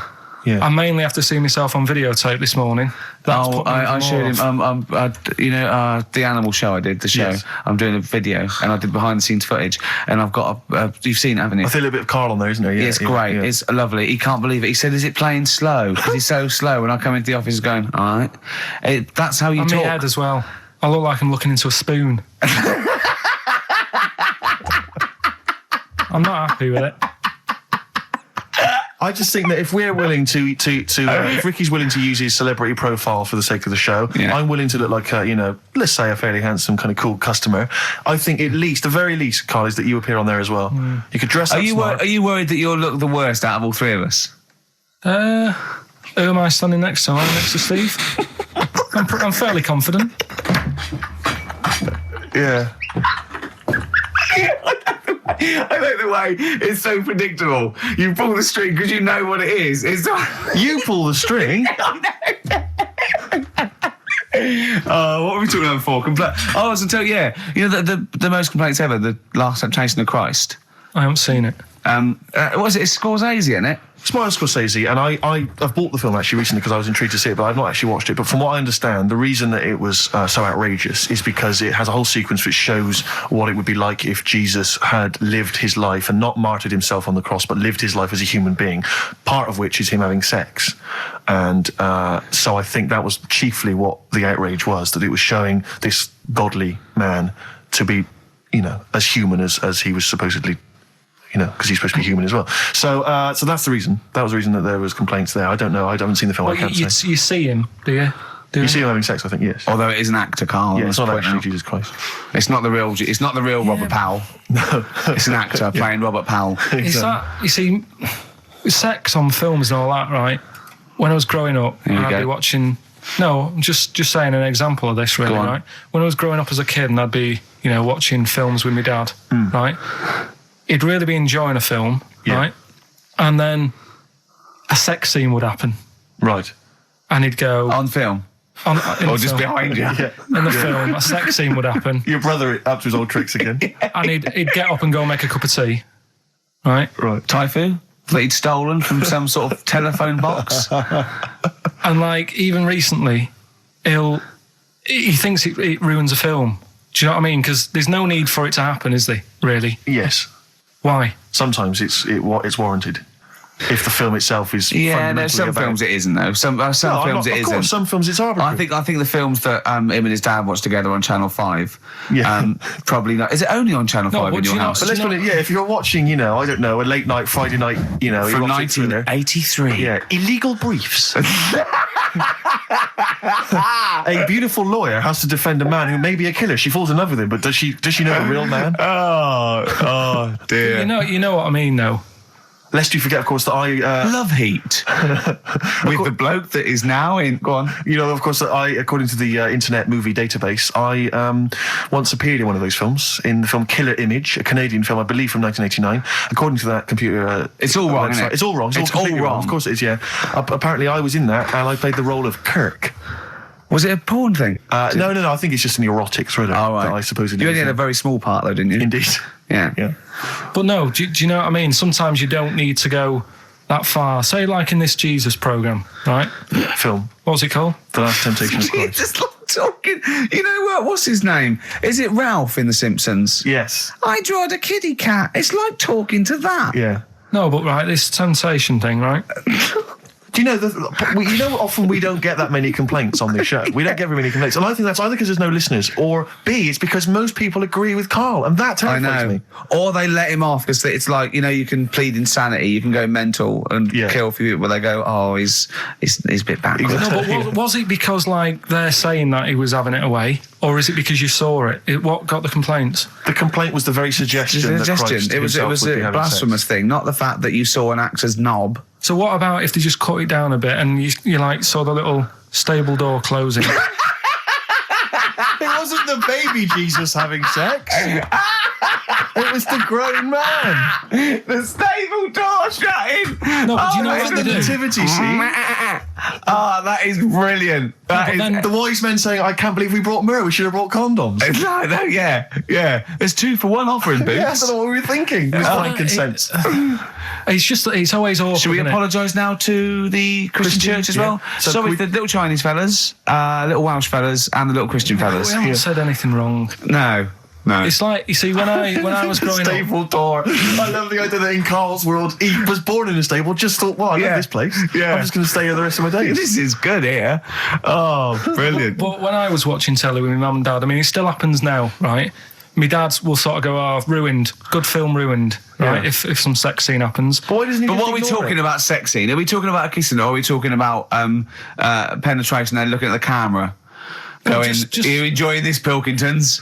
What are we talking about? What is sort of extreme levels are we talking about? Right, last time I was down there, right? Yeah. What was it? Meet Joe Black. Meet Joe Black. Meet Joe Black is a terrible film. Yeah. Right? There was good film, and then you know it's going to happen because like the music comes in. Brad Pitt's keeping quiet. A woman's eyeing him up. Sure. So my mum, I love that. my mum's worked it out already, and she's going. Anything on the other side, love? She knows. She knows. It's something's. And so you can be enjoying a film and you can be an hour and 10 in, and then some spidey senses of one of them can go, should we turn it over? And the other one goes, yeah, all right. Are you sure it's not them protecting you from scenes of sex? So that what they're thinking is, what if Karl gets the idea to have sex? Yeah. That could lead to procreation. We don't want any more like him. Yeah. We've got to end the line here. You sure it's not the doctor? Keep calling on going, you are keeping away from exactly. women, aren't you? He must never find out. Are you how sure it's they're not done. embarrassed because they're watching a sex scene with their son? It happens every time, right? There's 2 things that my mum does, right? It's that if there's sex scene on the telly, she'll go, anything on the other side, love? And the other thing she always says, if ever there's anything on the telly with Elvis in it, she goes, oh, I like him, right? And we all know, we sat there, we know what she's going to say next. Yeah. So you don't even bother saying why, right? And she goes, he likes fat, ugly people. He what? He liked fat, ugly people. He didn't always go for like the good-looking fans in the crowd. What Elvis did? Yeah. Right. That was always the thing. And I'm sorry. No, hold on. I don't know what we're doing now with our lives, Steve. Right, wait a minute. Right. So your mum says 2 things, right? She either says... Is there anything else on the other side? Or, I like Elvis. There's a pause because you know what she's going to say next. She says, he liked fat, ugly people. How often does this occur? Well, because they've got like, Sky, there's a lot of those channels on. They're like the music channels. So Elvis always comes on. There's either an Elvis film, there's like, a classic hit by him on. And she'll go, I like Elvis, he likes fat, ugly people. And what do you mean he liked fat, ugly people? Is she a fat, ugly person? Because there's that special Vegas show, isn't he, where he's dancing about, right? And he's got loads of scarves around his neck. Towels. Yeah. And like, he always hands them down to the fat, ugly ones. Right. And I always say it's because they're the fat, they've got a sweaty face because they can't, you know what I mean? I don't know what world they live in. I don't know how we've gone to this subject. What sort of world are you got when you're watching his face? And what do you mean fat, ugly ones? You mean they're in the front, they're sweating a lot because they're a bit chubby? So she thinks, is giving them a towel because it's he's really going, wipe your face, you're putting me off, you fat cow. Stop sweating near me. There's another one. What? So, hairy Chinese kids. Yeah. Jesus. We haven't slagged off hairy Chinese kids. We slagged off Chinese. We didn't slag anyone off. We just said they really haven't got a town as such, and they wear shoes. What did we say? Yeah, little wooden shoes. And what did the I just don't know how we got onto Elvis and big fat ugly women. I don't know I don't know how we sidestepped from the Last Temptation of Christ. Did you see that Fat Girls and Feeders Go program? on a minute. Eh? What's Tom that? Petty first. Oh, brilliant. It's a great song. Breakdown. How many Tom other Petty. radio shows have talked about Last Temptation of Christ, Chinatown, Yeah. Fat Ugly Women? More Yeah. than 60 minutes. Exactly. Incredible. Sony Award winning. During breaks, Painkiller on XFM 104.9. Ricky Gervais, with me, Steve Merchant and Karl Pilkington. I should point out now, Rick, that the general consensus from the listeners is that Karl should definitely be on the poster. But I know that. obviously. I know.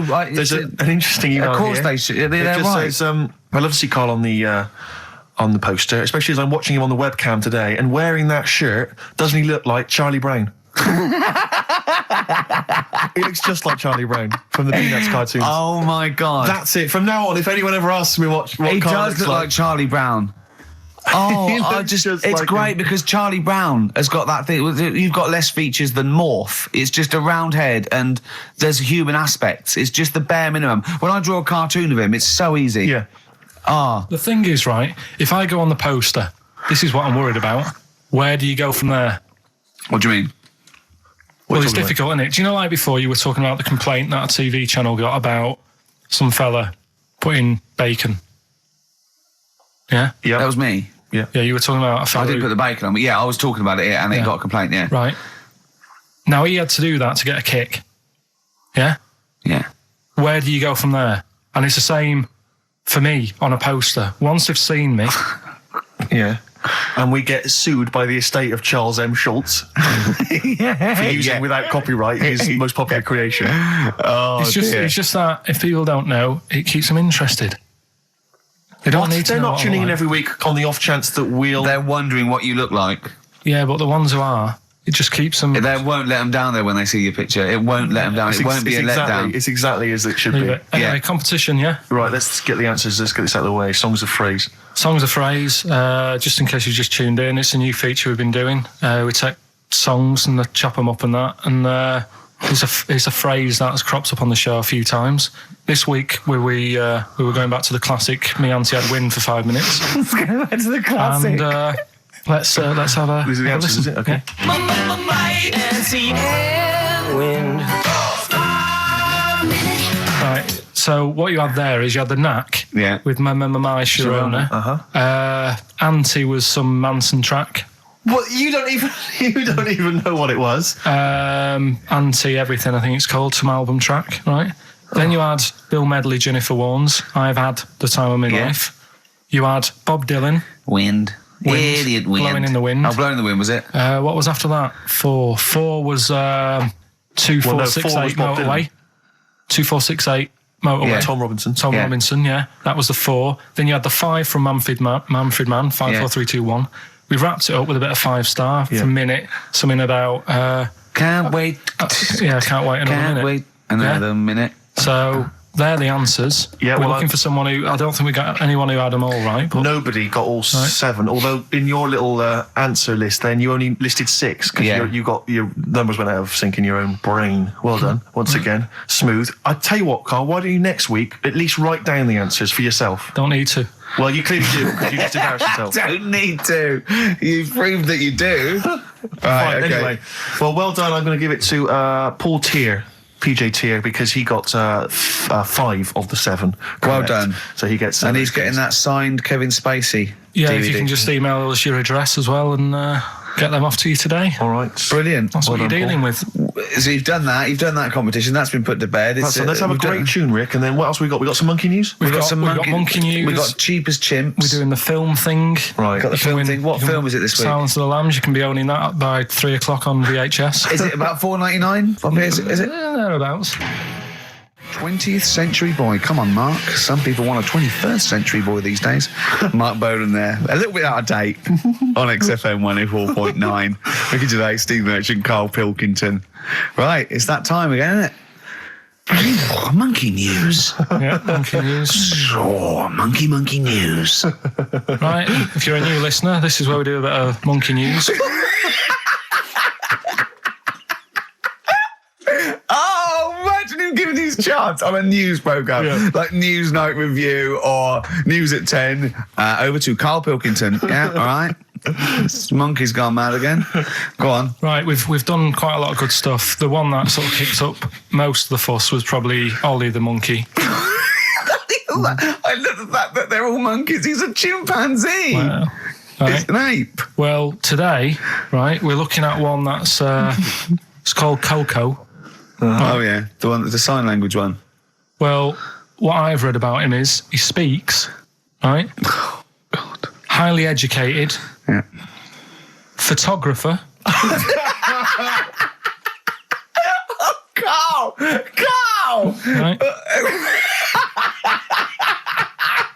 I love the fact that when he gets a gifted ape, he has to look up to him. He realises that he is superior. I love that. Right. Oh. And he also likes going on computer chat rooms. I can't take this anymore, Steve. I'm going to be sick. Oh, God. Which, right, that's pretty amazing. You know, if an infinite number of monkeys are in an infinite number of chat rooms, they'll eventually type, which is your favourite episode of Buffy the Vampire Slayer? Exactly, yeah. Karl Pilkington, you're an idiot. But the thing is, right, you're saying about the infinite thing again, about monkeys, if you put them in a room with a typewriter, they'll come up with Shakespeare. Yeah. I'd sort of agree with that, right? With monkeys who can't do other stuff, but this one I reckon's going to be busy taking pictures and stuff. Yeah. I think monkeys that are boring. Is there a boring monkey? Would you ever have a chimp and you'd go, Suzanne would go, I've got your birthday present. It's a chimp fella. He's about a sort of like a middle-aged chimp. No, I'd love it. I'm talking. Would you ever go, I'll tell you what, Suzanne, that one's boring. No, but I bet the monkey would get bored, Do you know what I mean? The monkey would be bored. I'd be loving it. I'd love to have a little monkey, right? But what I'm saying is... You really would, wouldn't you? Yeah. You'd buy him a camera, he'd be happy again, wouldn't he? Well, yeah, but that's just it. You wouldn't get in touch. It's like...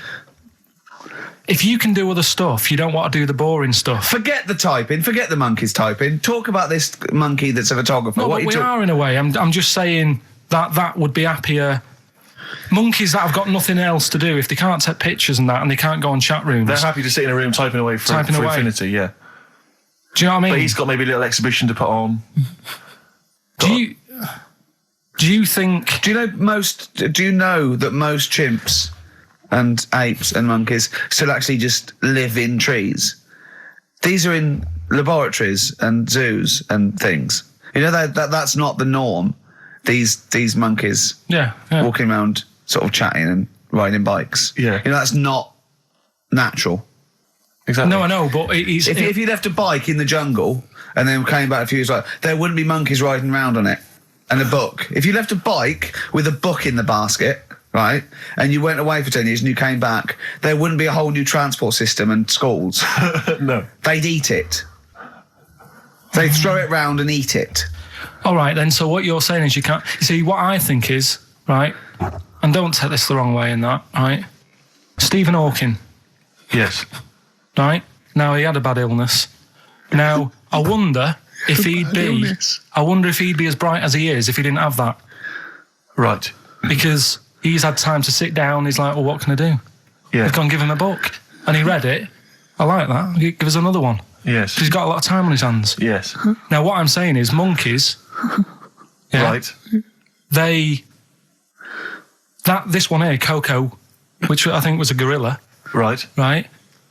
That wouldn't have been happy on a little keyboard, just doing that all Typing day, away. because it'd be going, well, I could be out taking pictures. Sure. Play a record! Yeah. Do you know what I mean? Play a record! Yeah. Done. You're an idiot! There it was. There's the catchphrase. Once more. He is! He's an idiot! Sure. Athlete, El Salvador, on XFM 104.9. I'm Ricky Gervais. With me, the amazing Steve Merchant and the incredible Karl Pilkington. All right?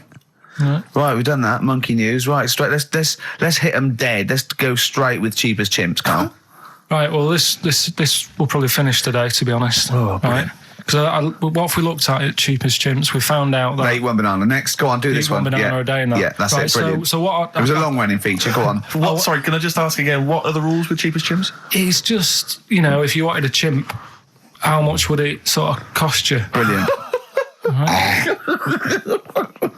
Title come first? So, yeah, as always, that's the way they do it, right? Cheapest chimps. I thought I'll go online and see, if I could buy one. How much do you reckon? £6,000. To buy a chimp. Yeah. Oh no, ridiculous amount. Where can you buy them from? What sources? You shouldn't be able to buy them. eBay. What do you mean? Buy a chimp? From who? There was this website that was selling stuff. What you could actually What are you talking? What are you talking about? Right, here we go then, right? I looked at it. Here's some of the other animals that were on there. No, wait a minute. What, are these poachers? I don't know. What, the zoos that got bored with them? Where can you buy a chimp? I don't want to give it a plug. Right, Some go on then. website, right? So what are the other animals available? Right, well, that'll give you some prices with the other animals, then you can try and work out if it's cheap as chimps, right? So, right, a camel. What do you reckon? £25,000. Right, $8,000 for a camel, right? Sloth, 40 quid. $3,000. Right. Last one, Bengal tiger, Oh, that's got to be pricey. $12,000. $1,800. What? Yeah. Karl, this is an awful website. That can't be true, mate. Right, That's so awful. a chimp, Well, a chimp, $5,000. I'm going to go with $1,000. $55,000. What? Yeah. That doesn't make sense. It's mad, isn't it? Yeah. So, But I don't know what to say because this is rubbish anyway. What website can you buy? Okay, get me a tiger. Here's £1,000. Get me a tiger. well, I don't know You're an idiot. if postage and packages and... Sorry, so where does the cheapest chimps element come in? Well, that's sort Aren't you of supposed to rounds it up. shout, it's cheap as chimps at the end? Well, it isn't. That's why I want to finish the feature. I don't know what isn't as cheap as chimps. Oh, this is amazing. This is amazing broadcasting. So, We're up for a Sony Award, aren't we? I hope they're listening because it's ours. Yeah, With features like cheap as chips, it's ending because they're not. it's in the bag. And do you remember? Here's our fleet. Can't stop the Red Hot Chili Peppers. Well, I've got news for you, boys. I don't want to stop you. I love your funk rock fusion. Word of warning, no nudity. Repeat, no nudity at this gig. I do it like you. I think you should host a whole show like that. It's lovely that. So, have you ever done any like DJ, like proper DJ, like in a pub or a club? Because I know Karl had his own. I had my own disco when I was a kid. Yeah, not proper. I had a gig once when I had to. It was 2 nights a week in the local pub.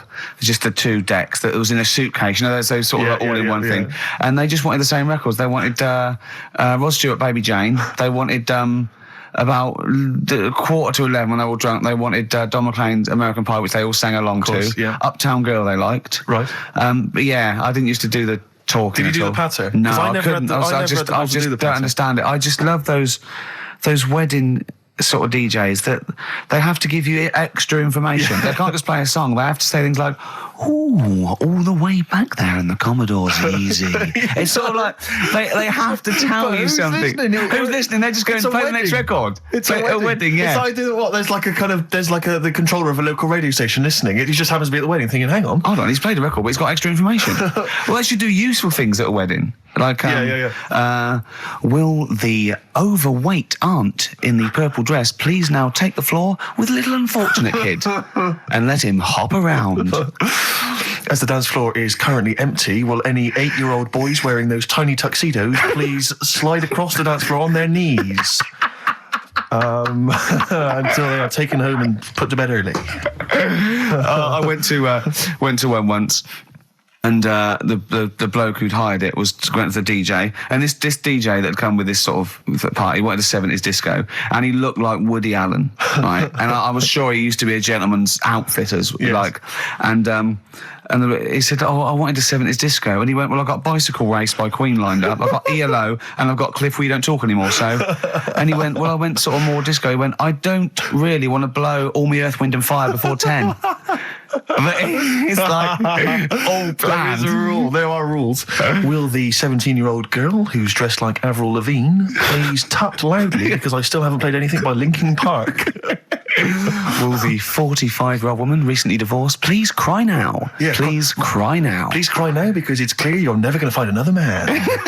Because you used to be a DJ, didn't you? Because there is a sort of rule. Definitely, I remember there was like, what I learned was that there are certain tunes you just do not play early on. Oh, What a Night, for instance. Dun, dun, dun, yeah. People, you never play that before like 11. You want that last hour before they've got to go home to be non-stop dancing. When would you pop on Dancing Queen? Interesting, thanks for that. Is there a buffet being served? Yes. Yeah, well, definitely post-buffet. I remember there was great days. I was reminded of this recently by ITV's Reborn in the USA. There was a great time where you could come out of the buffet or any kind of speech with a bit of Gina G. I remember there was a great period for a couple of years where that was always a barnstormer. Sure. Sadly, no longer the case. What about, because the danger is, of course, you go back to the 70s, maybe you got Dancing Queen, but how many do you play before you come into the 80s with perhaps Billie Jean? Or Soft Cell. Soft Cell's always a classic, yeah. I'd love to do that. And because there's always controversy now as to whether Love Shack is overplayed. I know that's a big discussion now. I've never liked it. I just will any 35-year-old men please now dance ironically to Bombastic in the vain hope that someone would actually find them attractive. Love Shack, oh no, never liked Come it. on, Eileen? I never, yeah, all right. I just never liked any records that with a hint of novelty about them. They are popular though, they're floor fillers. I hate them. You haven't done DJing, have you? Exactly. What do you mean? Singing on the other side of your have face. you? Yeah. Have you? Yeah. You didn't play Dexter's Midnight Runners? Probably. Yeah. Yeah, I mean, I didn't plan it out that much when I did it. It was like, I knew I had the tights and cigars to give away. Yeah. Which he stole from his parents' bedroom beforehand. Yeah. Why were you giving away stuff at a disco anyway? Why weren't you just playing records? Because people liked it, didn't they? If it wasn't... It hasn't changed. We're doing this. We talk rubbish, we play records, and we give away crap that we found. Yeah. It hasn't changed, has it? And... So I had some good times. I mean, for people who haven't been listening all the time, it was called Pilkington's Making Music. Yeah, It was like Pilkington, and my mate was called something Making, and the music was what we played, right? And I had some cards made, had some nice blue glossy cards made, but they were quite expensive. Yeah. So I used to hand them out, and then they'd say, cheers for that, and say, no, write it down, write the number down, I want that back. Yeah. Brilliant. Because they were quite pricey, right? Yeah. Classy businessman there. I think Richard Branson used to do that. I think so, yeah. Saved a bit of money, because my dad made some lights, Sonny. He just like... He said he made them, he found them in a telephone box. People were making phone calls in the dark around the neighbourhood. Exactly. It was just white bulbs in like a box, and like my mate making, he used to just flick them on and off at the thing, and then they'd be in time with the music and that. And perfect. Well, you had to sit there and flick the lights on and I love that. We got our sound to light system. What's his name? Colin. Yeah. Brilliant. Right. So did you ever rent him out? Right, well, we never had any disasters, right? But my mate did one, right? And I don't know if it's that funny, really, but I'll have to tell you anyway, right? He was doing this gig, and it was probably one of the biggest gigs, right, that he ever had. Must have been a couple of hundred people there, and in like a big sort of warehouse thing. Anyway, for some reason, there was some problem with a big speaker that fell, right? So the police turn up and stuff. Right. And they try to control the night, and they're going, can everyone sit down? We try to control it. Can you sit down? So anyway, you get a few like little groups of people sitting down on the floor, and people were still stood up, and the police were saying, look, you know, we're going to cancel this whole night if you don't all sit down. And more people are sort of sitting down. It's going on for about 20 odd minutes, right? Will you please sit down? And it gets to this point when there's just one lad stood up in the middle. And he's going, look, you're ruining it for everyone. Will you sit down? And it goes quiet for a bit, and someone's muttering something. And he goes, the lad standing up has got calipers on his legs. Can we have a round of applause for the kid? Who said that? It was this lad who was doing the DJ. He was the DJ. So, like, the police and everything were saying, well, you sit down, you're ruining it for everyone else. Dear. You know, the quick way to sort that out would have been to play James. Or sit down. Yeah. But most of mine I had good nights. Yeah. Always got rebooked and stuff. And I had a bunch of Venture Scouts went mental once, had a food fight. What were you playing to Venture Scouts for? Well, we got booked by everyone, Rick. We started with weddings and local, things, but we soon went up. At one point we played a massive gig in a big tent in the middle of nowhere for some scouts, and they absolutely loved us. Rage Against the Machine. Oh, they couldn't believe their luck. Do you know when they say weddings and bar mitzvahs? Do they get a lot of discos playing bar mitzvahs? Is that a big? I don't know. So. What happens at a bar mitzvah? Well, I've not never been to a bar mitzvah. Could someone phone in if you've had a little bar mitzvah? Tell me what it was like. What did you play at bar mitzvah? I don't know what the occasion is really. It's becoming a man, isn't it? Yeah. All right. We learned something, won't we, Karl? Yeah, all right. Do you want them to phone in? Yeah. Do we? Well, I want to know if they really do have DJs at bar mitzvahs. All right. Oh, wait, How interested are you in that? Well, I don't want to embarrass myself one day. Sure. Let's see, it's Karl, you've got to learn, haven't you? I'll tell you what, have we got time for the film thing as well? Yeah, play the film thing now. No. Let's play a tune. play Let's play a tune. Let's play a tune. Oh, I can't believe my luck. Bit of Cure? Yeah. Forest, The Cure, on XFM 104.9. Wow, brilliant. Someone called in, she's been to a bar mitzvah, and they do have apparently a crap disco. And apparently, what happens? Well, Karl asked her what happens. She said, you just sit around and see the kid who's getting bar mitzvah, or the man now, get given loads of money. Right. And I said, is there a female equivalent? And apparently there is a female equivalent of a bar mitzvah, but she didn't know what it was called. What's that? A bar titzvah. Right, I'm just going to add to the list of people we've offended. Sorry to Jewish people as well. Yeah, we've got to So sorry to Jewish people, sorry to Chinese people, sorry to Welsh people. Ugly fat women. Well, don't put the Welsh in twice. Sorry to Elvis fans. Elvis fans. Animal lovers. Animal lovers. Brilliant. Lovers of great radio. Yeah. That was music lovers. Good. Well, sorry about that. Apologies to all of you. Yeah. And We haven't even had time for... we haven't got time for the film thing this week. why not? Just it's running tight, really. Are you sure? We haven't done Cheeky Freak of the Week. That's a new feature, isn't it? That's a new feature. Cheeky Freak of the Week. Let's do Cheeky Freak of the Week. What is the cheekiest freak of the week? I'm just going to apologise now. I've just had freaks. Sorry to freaks. Okay. Right, go ahead. Well, I say it's a new feature, but we've sort of touched on it in the past with We always talk about freaks. Hairy Chinese Kid. Yeah. We've had the Pillow Man. Yeah. Oh, you called a draft excluder? Just make a note of that, would you, Rick, on the list? People without arms and legs. But at least, you see, the Pillow Man, what do you picture? Because I was saying to Ricky in the week, right, I'm a great fan of the Elephant Man. That's his favourite freak. Of the all Elephant the Man. freaks, that's it. Do you know why he said? Do you know why he said? He said because you get what you pay for. When someone says the Elephant Man, you get what it says on the tin. Right. You know you're going to get it. Yeah. Do you imagine, Steve, if you had a mate and you said, where are you going? He said, I'm going to go see my mate. And you go, which mate? And he said, the Elephant Man. Yeah. Straight away, you haven't even met him, but you know what he's going to look like. Yes. Right? That's what I like about that. Hairy Chinese Kid. Yeah, you know what you're going to get.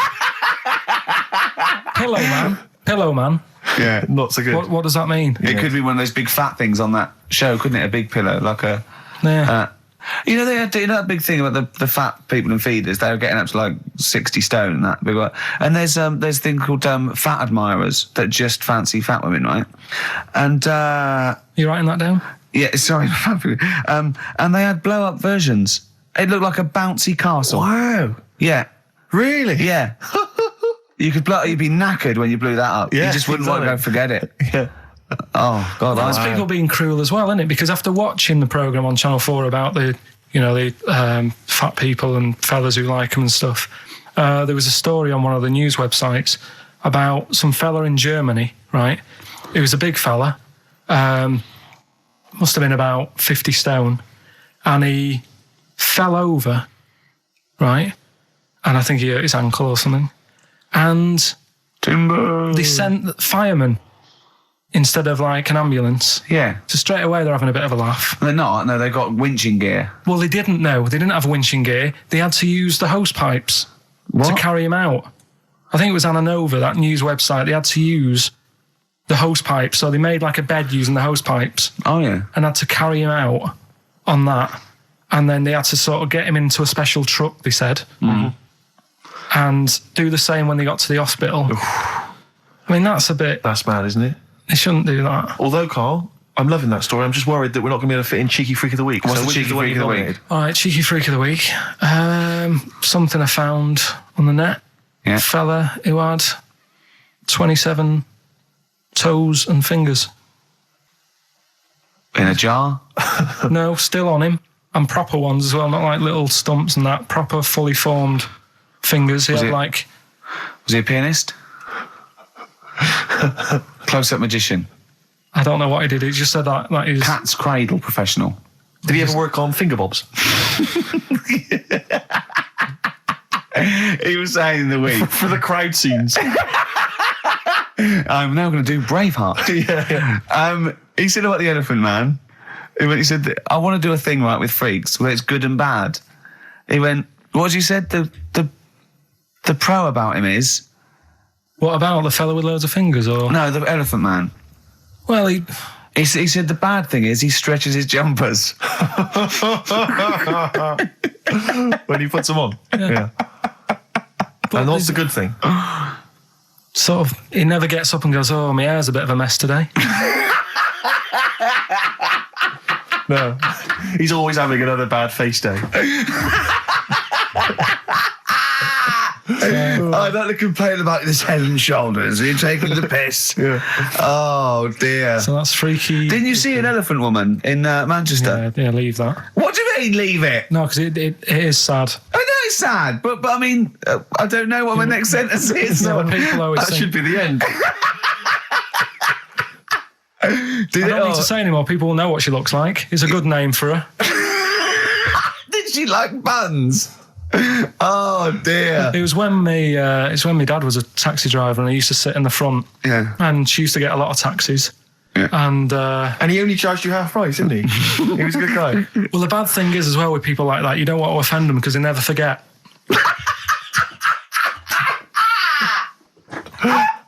Oh, go! But, go, Pilkington. I was sat in the front of the cab and my dad goes, right, we're going to go and pick the I can't even tell you the name. He goes, oh, it's just evil. Right? What do you mean? No, leave it. So she's got... No, Karl, please. tell me what he said. No. You've already stitched him up. He's Stephen things from Little Welsh I don't fellas. care. Right, what did he call her? Steve, back No! up on this. I really don't want To be to... fair, our opinion of him is already pretty low. Look, tell me what he said. No, it's not. I'm scared of what my dad gets. It's the person who's got the She's thing not wrong. listening, is she? Well, her headphones wouldn't fit on her head. Tell me what he called her. I don't want to. Tell me what he called her, Karl. I'm getting angry, man. Tell me what he called her. No, I'll leave that. Honestly, Tell me what he... It doesn't matter. Tell me what he called her. Karl, just... I'm going to go... Seriously, I want to know what he called her. Right, you're not going to stop this show. We're not doing the next show until you tell me what he called her. What did your father call the elephant head woman? Tell me. Spudhead. How old were you?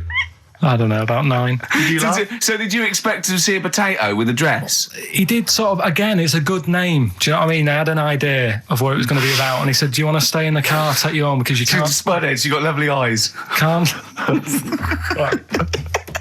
Come on, man. That's it, by the way. Is that all of it? Cheers.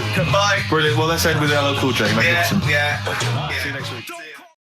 Hickory dickory dock, some lads there just wrote a song called Clocks. The lads are Coldplay. And the song is? Clocks. I'm Ricky Gervais, with me Steve Merchant, Karl Pilkington, pressing the little buttons there. XFM 104.9. What's that? What's that little Well, I think I do more than press the buttons. right, you see, this is it, right? Karl has had a little strop on since last night, okay? And it's... He's had a little strop on. Yeah. You said strop on. I just wanted to clarify. And, I don't know why. He says that I'm an annoying person. He says that I wound him up, right? Which I don't know. He says that you're winding up because you're sort of like negative about I'm everything. negative? Yeah. And, but what I think it is because we pointed out that his lateness is unacceptable. Yeah. He said, meet you at 6. He turned up at 20 past. He said, well, someone stopped me in the corridor. I don't care. I've got stuff to do. We had stuff to do. I think we're a bit busier than you, Karl. You've got one job. We've got loads of jobs. I keep telling you that. You got one job in a little room, a 9 to 5 there, that you don't even get done in 9 to 5. That's why you're late and mucking around all the time. There's loads of work to do. Yeah, one job. No, it's not. It's one job with a lot of other jobs in it. It's like those little Russian dolls you get. Right? Well, it's not, is Have a it? go. Yeah, it is. Yeah. Everyone thinks, oh, he only sits in his studio messing about, making songs a phrase. That's what I do in my free time. Which we've got coming up later. Super slick. I still think 20 minutes late is an outrage. Though, Yeah, Karl. 20 minutes late is... Yeah, but I didn't say bang on 6. I You said said around 6. 6. No, you didn't. You said 6, which means 6. Well, it doesn't. Wait, sorry, it doesn't. If it was a newsreader, I'd say, yeah, you've got to be on time. Do you know what I mean? If it was a 6 o'clock news, I wouldn't want to be late. But it's the fact that I said to you, I'm busy, I've got stuff to do. No, you didn't say that. You said 6 o'clock to sort out tomorrow's show. I didn't. I know what I said. So Yeah, You don't, because I remember you sent me a text. You didn't even, it wasn't even a phone call. You didn't even have the politeness to call. Stephen has stitched him up by being a little bit more precise than him. It was a text and it said, see you around 6 tomorrow, question mark? Around. You just said it. Well, Around you were 6. That doesn't count. That doesn't mean anything. Well, yeah, no, he does. What? So, all right, You told me he said 6. Well, he did. I'm paraphrasing. 6 o'clock, Rick. To me, even if it was around 6 o'clock, that would be 5 to 6 or 5 past 6. It would not be 20 minutes after the event, because that is late. Well. Well, you've got nothing. You see, you haven't even got an excuse. Yeah, but then I turned up, right, and I said, right, well, let's not argue about this. Let's come up with some good new features, because we've been in Cheapest Chimps. That's gone today. Good news. He never liked Cheapest Chimps, Carl, did he? Right, he never liked it. Do you know what? Do you know who's took it further? Donald McIntyre. What? He's doing a programme, Cheapest Chimps. No, he's not. doing The channel. Well, we'll see. Again, I'll prove you right. Again, He's prove you wrong. not. He's not doing a programme Cheapest Chimps, is Yes. he? He's not. What do you mean? He's doing. I saw a trail on Channel 5, and it was saying, you know, Is he's it done 5 this. or is it about 20 past 5? He's doing this, he's done that, you know, now see him on Channel 5 because he's moved to Channel 5. Right. It's saying first big problem, chimps, you know, they deer and that. And, No, they're not dear. He's getting confused. no, 50 odd grand for a chimp, and it's saying, you know, he'll look into how much you can get gorilla for. What are in the name of God are you talking about? We'll talk about that later. But I don't know what. I'm just saying that that's another idea. And that then, Steve so go on, you got off, this is why you never get stuff done and you're Yeah. late. You got off the point, you were talking about arriving late. Yeah, I know, but I'm just saying to you now, I turned up late, so I said, right, well, let's not argue. Yeah. I said, let's do some stuff. Yeah. You weren't having any of it. I think at one point you were trying to be sick on my leg. I do remember that. Yeah? Why? Just for fun? Yeah. Alright. That's when I started getting annoyed. He was very annoyed last night. No, yeah, okay. Yeah, I can see where that could be annoying, but you just gotta think, hey look, so what? It's, you know. Well, I think you rub each other up the wrong way. Yeah. And that's the problem. no more Cheapest Chimps today. Right. Nothing to replace it because we didn't have a chat. Songs of Phrase, we're doing that. You can win some stuff. Yeah, we've got the film that we haven't done for the last 2 weeks. The final film, we won't be doing that. Let him down. There's 2 weeks. So you're 2 weeks late on that. Can I just ask, guys, is there going to be some great music? Yeah, well, What I've got about something from the Only Ones? Yeah, The classic another Planet. planet. Brilliant. Another girl, another planet by the Only Ones. On XFM 104.9, I'm Ricky Gervais with me, Stephen Merchant and Karl Pilkington. Karl, cheer up. Come on. There's a war on. Chill out. Yeah. I have to say, you have become increasingly annoying recently, Rick. Who, me? Yeah, chiefly, I tell you what it is, I think it's the hot weather. Can I just remind you, when we were in the office recently, we've got a little office that we write in, we work in, and many moons ago, we were doing some work. This was when we were writing the first series of the office, and I was typing away, I was just typing something up we'd written, and I read it back to Ricky, just check he was happy with everything. I was reading it back, and as part of the thing, there was a knock in the script. It said, knock, and so I was acting out for him, and I knocked like this, and I realised he wasn't listening. He was in fact asleep underneath his desk, and I knocked like that as part of reading the stage directions. I knocked. He thought someone was coming in. He leapt up, plunked his head, zipped up, thought someone. I said, Rick, it's not. I'm just acting it out for you. He just wasn't paying attention. He wasn't listening. And can I just draw in? So recently we're in another office. We're typing away. I look round. He's got his shirt off. It was hot. He's taking his shirt off, right? So he sat there, 41-year-old man, or whatever you are, 40-year-old man, there with his shirt out. Beautiful. I mean, I've seen most parts of your body now, at one point or another. I think from the early days when we used to work at XFM, you started showing me bits of your anatomy, which is something he does to people he likes, friends of his. I'm sure you've seen most of it, Karl. No. And so, That's our relationship. Go he on. was sat there, and there was a knock at the door because we'd asked someone who worked in the building to bring us something, and so I had to delay it by sort of not opening the door so he could get his shirt back on. Yeah. So he was running around trying to get his shirt back on. So What would they have thought? What would they have thought?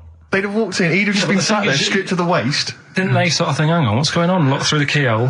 No. No. It was ludicrous, because as they came in, he was flustered and he kind of was just leaning against the window, just looking like... I often stand here with my My shirt back to front. I was getting like Bernard Manning. You see Bernard Manning, whenever he goes into the house, he has to go upstairs to take his trousers off. I'd love that. The fact that in your house, you've just got your pants and your vest on. That's what you want to do. Yeah, but it's all the time. It's not just, I mean, you haven't done that with me, taking your clothes off and that yet. But, like, last night we were sat in the pub and I was saying, right, you know, let's not even worry about new features then. Let's get the current ones, you know, going. Like getting what? Good. Like, the one that I was trying to work out, the cheeky freak of the week. Think of that! Yeah, but I was Think of saying, that, though, as a normal conversation. yeah, but I'd looked online, right? I didn't find that much. I found, actually, I'll tell you what I found later. Brilliant. We're looking for them, right? And then at one point, I think you said to me, go and, you know, what about the Guinness Book of Records? Yeah, you know, they'll have, like, the best freak in the world or whatever. Yeah, ever. So I said, yeah, bring one in. Now, you've got one at home. Yeah, I've got a But you couple. couldn't be bothered carrying that in today, so I had to go out of the pub that I was at, Yeah. nip into Borders, Yeah. buy a Guinness Book of Records, Yeah. out of my own money, $18.99, Yeah. bring it back, and then you said, I don't know if I want to do this feature. So it cost me 20 quid for that. I had to buy a video for Silence of the Lambs film clip. I'm actually out of pocket at the end of this.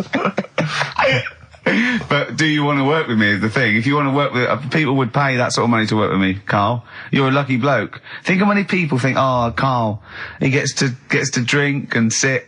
Yeah. Well, you making a cup of tea and I surprised, didn't I? Little surprises. You know, last night, do you know when I left the pub in a bit of a mood because I was just fed up with not getting anything done? Yeah. Walking down the road, I was thinking, how can I get out of this? How can I stop having to work with them? I'm thinking, I wonder if I leave, I wonder if they'll be funny and they'll go, and then my boss will be giving me stick. And I'm thinking, how much notice have I got to give out? And all this is going through my mind. I'm walking home and I got in, said to Suzanne, I'm sick of it. She's going, you need to do it when I get a new kitchen. And I was like, yeah, but how big does the kitchen need to be? I was saying, do we need a big kitchen? Can we get a small one? Have we got enough for a small kitchen? Do we need so many cupboards? Can we just have wood instead of steel? All this, trying to get out of doing this. Yeah. It's always just, I always feel like, you know, because I like to think that I'm not perhaps as bad as him. Yeah, You no. annoy me in different ways. Like what? How does he annoy you? Well, stuff that, you know, I come up with ideas, say cheap as chimps. Yeah. Rockbusters springs to mind. Yeah. 15 like Taiwan. 15 Taiwan. Let's just remind people what 15 Taiwan was. It was a little feature that I wanted to give a run, you know, give it a little run, see if people like it. The premise being? No, there's no premise, it's just a title. No, we were going to get 15 sort of ornaments, you'd explain them, and then people would call up and say, that one's from Taiwan. See? God, you just explained why I didn't think that was a good idea.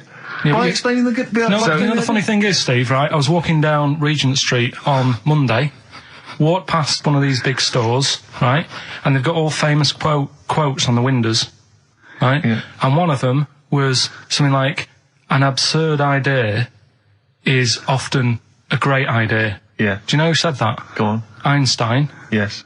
Which made me wonder, if you were his mate, would he ever have done E equals MC squared? Or would you have said, don't bother with that, it's not going to work? Because that's all you seem to do, everything I come up with, you put down. Yeah. Well, that's one thing, he's negative, right? I don't know why he is. What else? He messes me about, I get him concert tickets for stuff, and you say, I didn't bother going. Yeah. Yeah, that is annoying. You come in, with, you know, 5 minutes to go with tracks that need editing. Yeah. The little bag, that bag that was free. Yeah, you got a free bag today, an XFM little rucksack thing. Yeah. You were like, oh, what's this rubbish? Yeah. Ricky said, I'll have it, they're great. He said, no, I want it. Yeah. Well, it was So- free, I needed it. Yeah. I'll give that as a gift or something. So, I mean, I think on reflection, Steve is probably a little bit more annoying than me. I won't go that far.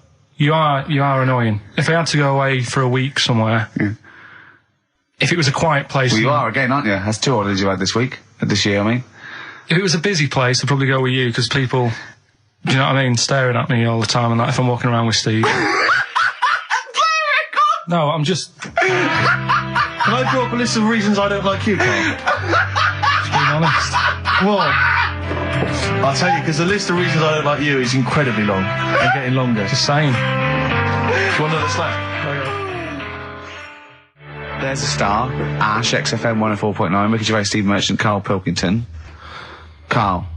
Alright, let's start again. Yeah? I'm going to be the same, but let's start again. So what I mean is stop being grumpy and let me carry on being annoying. Because Steve's not going to change. He's not going to suddenly start going, you know what, Karl? I think your ideas are really good. Do you know what I mean? Remember when he came up with that idea, that game show idea? And you went, well, it's not an idea, Karl. And he came to me, he said, oh, I've had it with Steve. What's it? He went, how did The Office ever get on telly? Well, what was the idea again, in summary? I don't want to talk about it on air because someone will nick it. No, they won't. They will. Donald McIntyre's already got Cheapest Chimps. I bet they're in the making of Rockbusters as we speak. Yeah. So I'm not going to tell you any more about it. Bob Holdness is probably nicking that idea. Exactly. Well, cheeky little. Right. Song's a phrase coming soon. Is it? Yeah. Yeah. What is it this week? What's the phrase? We're remember the story I told you ages ago about my neighbour having a horse in their house. Oh yeah, having a horse. What's happened with that? Lenny Henry doing it as a series. So and people nicking your ideas left, right, and centre. Well, that's the phrase we'll be using anyway. What? My neighbour had a horse in her house. How many words is that? 6. My neighbour had. So there's no grammar either. My neighbour had horse in the house. My neighbour had horse in house. What is the phrase? My neighbour had a horse in her house. Are there any prepositions? Are there any prepositions in this sentence? Look, don't judge it beforehand. You see, I'm turning over a new leaf. I think this is a great idea. I think Karl's a genius, and I look forward to hearing this enormously. Yeah, okay. And I won't be sick on your leg, or squeeze your head, or make you jump when you're making a cup of tea. Just looking through the Guinness. That's still the funniest thing, isn't it? Squeaking at someone when they got a cup of tea. Right. There are a lot of what strike me as seemingly pointless feats. The Guinness Book Records is right. The Guinness Book Records is great. I used to love it as a kid. I've had about 10 copies in my life. The last one I bought a couple of years ago, present. It was really good. I love it. I love the real records: tallest, fattest, thinnest, best, fastest, most expensive, biggest, and all that. But the ones that really annoy me are the ones that. The reason these people are in there for it are the only people that tried. What? Yeah. Balancing the milk bottle on your head. Most watches eaten. I just found that one. Kim Sung-do from South Korea ate 5 watches, the entire watch with the exception of the wristband, in a time of 1 hour 34 minutes. What do you make of that, Karl? Made him regular. Come on. How did they time him? Most live rattlesnakes held in the mouth. 8 live rattlesnakes held by, it just says an idiot. Yeah, this gives you an idea, Karl. Talking of idiots. Do you want to get into Guinness Book Records? No. Karl, come on, that'd be brilliant. There's things in there that are just absolutely anyone could do. Like that one in Big Brother, I was watching it, and it was balancing sugar lumps. I want to know how many people try that. If there's schools around Britain going, listen, we've got to get in the sugar lump award. It's grassroots level. There's not enough kids balancing sugar lumps. How can we compete in the world market? I was looking at it last night, and there was one about the farthest that a dog swam. I think it was something like 9 miles, but it had no choice, did it? Do you know what I mean? They took it out to the Atlantic or something, and so it didn't want to do it. Threw it in the water. Yeah. So it's not alright to put it in a bin bag and chuck it in a canal, but it's for a world record. Yeah. 9 miles it did. Oh, God. Possible ones that you could do, Karl. What's the most Forrest Gumps fitted in one wheelie bin? What about this one for you, Karl? The record stands at the moment for most arrows caught by hand, but that's quite tricky. So what about most arrows caught by head? Yeah. And you would just fire arrows at your head? They wouldn't, it would just skim off him. Do you think so? Yeah, the roundness, it would never actually get any sort of, connection. Fastest human crab? Could you do that? Do that. Can you form the crab? Can you do that? What's that? It's just like bending over backwards and running. Do that. No. Right, what about what would you be good at? what about hamburger stuffing? Right, Karl. Alright. In the mouth, you mean? Well, it says the record for stuffing the most regulation-sized hamburgers, including buns, in the mouth at one time is how many? How many hamburgers with buns in the mouth? This is just... You're not swallowing anything, you've just got stuffing in your mouth. You'd be so good at this because your shape of your head. You've got a shape... His head's just like Hamburglar. You'd be good at this, man. Yeah. Honestly, you'd be perfect. You look like Zippy. And the great thing is your head's empty, so you could get more in there. Do you know what I mean? This guy had a brain do to contend that. with. Do that. What is it? Is it possible? Is it Well, mental? how many do you think it was? There were 3 burgers in buns. What do you reckon, Karl? What, how quick he ate them? He didn't eat them, it's just how many he can stuff in his face. So literally hold them within his cheeks and his mouth, but don't swallow anything. So what, how many burgers? How many burgers? Did he manage to get into his face? So it's a fella. He's not Yes. about 5. No. 3. Is the 3? world record. 3 is How the world big are record. they, though? It just says regulation size. So we could go to McDonald's or Burger King and get just hamburgers, and that would count. just the regular burgers, and we'll just stuff It them won't in count. there. We got to get Norris McWhirter. Well, but we could practice it now, and then if you're triumphant, if Come you on, get 4 Karl, in there. I don't. You know, I've got a small throat and that. But you don't I have used to swallow, choke that's a the lot. great thing. Yeah, but I don't like it. As a kid, I'd choking on stuff, and I get funny about it. No, just keep your tongue at the back of your mouth, and we'll stuff the hamburgers in. No, I don't. Oh, come on, do something. Carl, that is Dynamite Radio. Well, here go. Steve will go and get the hamburgers. Have I got to pay for them? No, Carl, give us I'm the not money. paying for them. Oh, I've come just on. spent 25 quid in total on a video on a Guinness Book of Records. That's costing me another 4 quid. I'm not doing it. No, I'm not doing it. come No, I on, don't give us the wanna money. do that. You're It's playing back. too- no, I don't Andrew, wanna do it. oh, come on. I'm not doing it. Come on, do it. It's an interesting thing. Come on. You could be in the Guinness Book of Records, Carl. No, leave it. See if we can. Oh, please, phone in if you want Karl No, to eat burgers. You don't have to swallow them. You can spit it all out. You can be sick on my leg after. Oh, come on. no, What- 'cause I don't like the stretching thing either. Don't stretch it. You It can will stretch. I'll be like the little bloody dog on the Winston Churchill ad. Don't swear. Well, I'm just saying, on though, air. I know, but we it's like- apologise to the radio authority. Karl is not only swearing, but he's refusing to do things we come up with. But the radio authority will be happy with me stuffing 3 burgers in my face. God, I'm not doing it. Yeah, we will. No, We'll go. leave it. Yeah, Well, I'm gonna I'll give you the money. Can we do Please songs don't. of phrase, something? No, let's do No, right. Play record. Play record. You're going to do it, Karl, or you're fired. No, actually, he wants that. No, you're going to do it. Do it. Please do it. It'd be great. Honestly, please do it. How about chicken McNuggets? Meet halfway. No, there's no record for Chicken McNuggets. Well. Mental. So I'm not doing it still. So. You are. Excellent. Steve, Hello. can you hear me? Yes, can you hear me? Yeah. Where are you? I'm in one of the capital's many burger joints. I'm just about to go up now and order some burgers. Where are you? What are you? Where are you in? I'm in McDonald's in Leicester Square. Oh, right, okay. Yeah. What are you getting? Just get. Hang on a sec, yep. get Hello too there. I many. need to order 5 regular hamburgers, please. If that's all right. Sorry. 5 hamburgers. Yes. You're probably wondering why I'm ordering only 5 hamburgers, aren't you? And let me tell you why. My friend is going to try and break the world record for putting burgers into his fat, stupid face. What do you make of that? Exciting? Yeah. Do you wish him good luck? Yeah. What's your name? Kyle. Tyre? Yeah. Oh, thank you very much, Tyre. I'll try and get Tyre to wish you good luck in a minute, Karl. The burger's coming shortly. 5 should be enough. The world record is what? 3? 3, yeah. Okay, good. I don't know what. Oh, here we go. How much is that? 3.45. 3.45 for 5 hamburgers. It's good, isn't it? It's good value. It is really, isn't it? Really, yeah. I mean, if there's anyone from from McDonald's listening, they probably want to give us some free stuff. I would have thought. I would have thought, right? Would you just wish my friend good luck before you're just on the end of the line there? Just say good luck, Karl. Good luck. All right then. There you are. That's the people from McDonald's wishing you good luck. Karl, I'll be back shortly with the burgers. Brilliant. Okay. Do you want the pickles left in? Eminem. Sing for the moment. On XFM 104.9. I'm Ricky Gervais. With me, Steve Merchant, with 5 little hamburgers. Got 5 burgers here, yep. And so I don't know, how should we begin, Karl? Do you want to just look at the size of these burgers? Look, they can see it on webcam, can't they?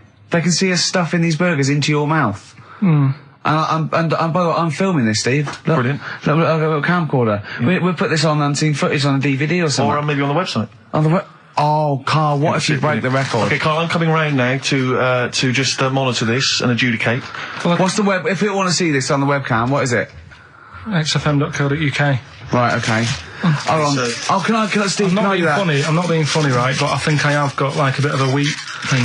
You've got a bit of a what? A wheat allergy Oh, thing. don't give me that. No, seriously, my head's... I've been eating a lot of shredded wheat recently. And my head's got a bit bigger. Karl, I don't think you can let us down now, mate. So you just got to put that first No, one I can't put that like that in my mouth on its... I've got to break it up. I've got to break it up. Can't break it up. Can't break it up. It doesn't say you can on the rule thing. It does. It It's gotta be doesn't. a I whole can't burger. look. I physically can't. Try it. I can't look. I'd have to be Jay Goody to be able to do that. Seriously, look. Oh. Try it. Yeah, I know, but you're not approaching it right. That's it. Come on, go on. That's all. Keep Oh, going. God, he's not going to do one. Keep going. That's good work. Keep going. How does he get three in? Keep pushing. Ease it Keep in. pushing. Ease it Keep in. pushing. Get one in at least. Ease it Get in. one in at least. Get one in. Ease it in. Get one in. Push it. That's one. Let's go for another one. R.E.M. Night Swimming. It's a lovely song, isn't it, Karl? Huh? XFM 104.9, I'm with Gervais, with me, Steve Merchant. Karl, disappointing. You couldn't even get one whole burger in your mouth. I did, kind of. Yeah, but there was a bit sticking out. It just looked messy. But you were saying about putting it in whole, and I don't think that's the rule. Okay. It's like you can get more in a suitcase if you put things in properly. So you don't just get all your clothes and chuck them in. So it's about, I reckon you've got to rip it up a bit. Okay, do that then. See how many you can get in. You've got to get in two. No, just one. No. Well, it's three. Pack it in. What do you do? Pack your cheeks first. Honestly, Steve, my head is swelling a bit because I have got a wheat allergy. That'd be good then, there'd be more room. Right, okay, look, Karl is now just sticking it in his cheek. Right. Yeah. Don't eat any.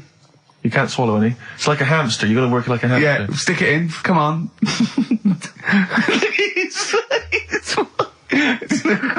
looks like Marlon Brando in The Godfather. Come on. Don't lose any yet. Right. Pack it in, then use your fingers to pack it in. Come on! Wedge it in. Like you're grating the bath. I can't do this either.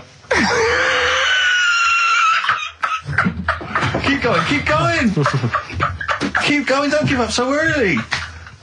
This is part of the problem. You just give up, Karl, too quickly. You failed again. It's like your history O level. Come on, Karl, come on, do something well. Succeed at something.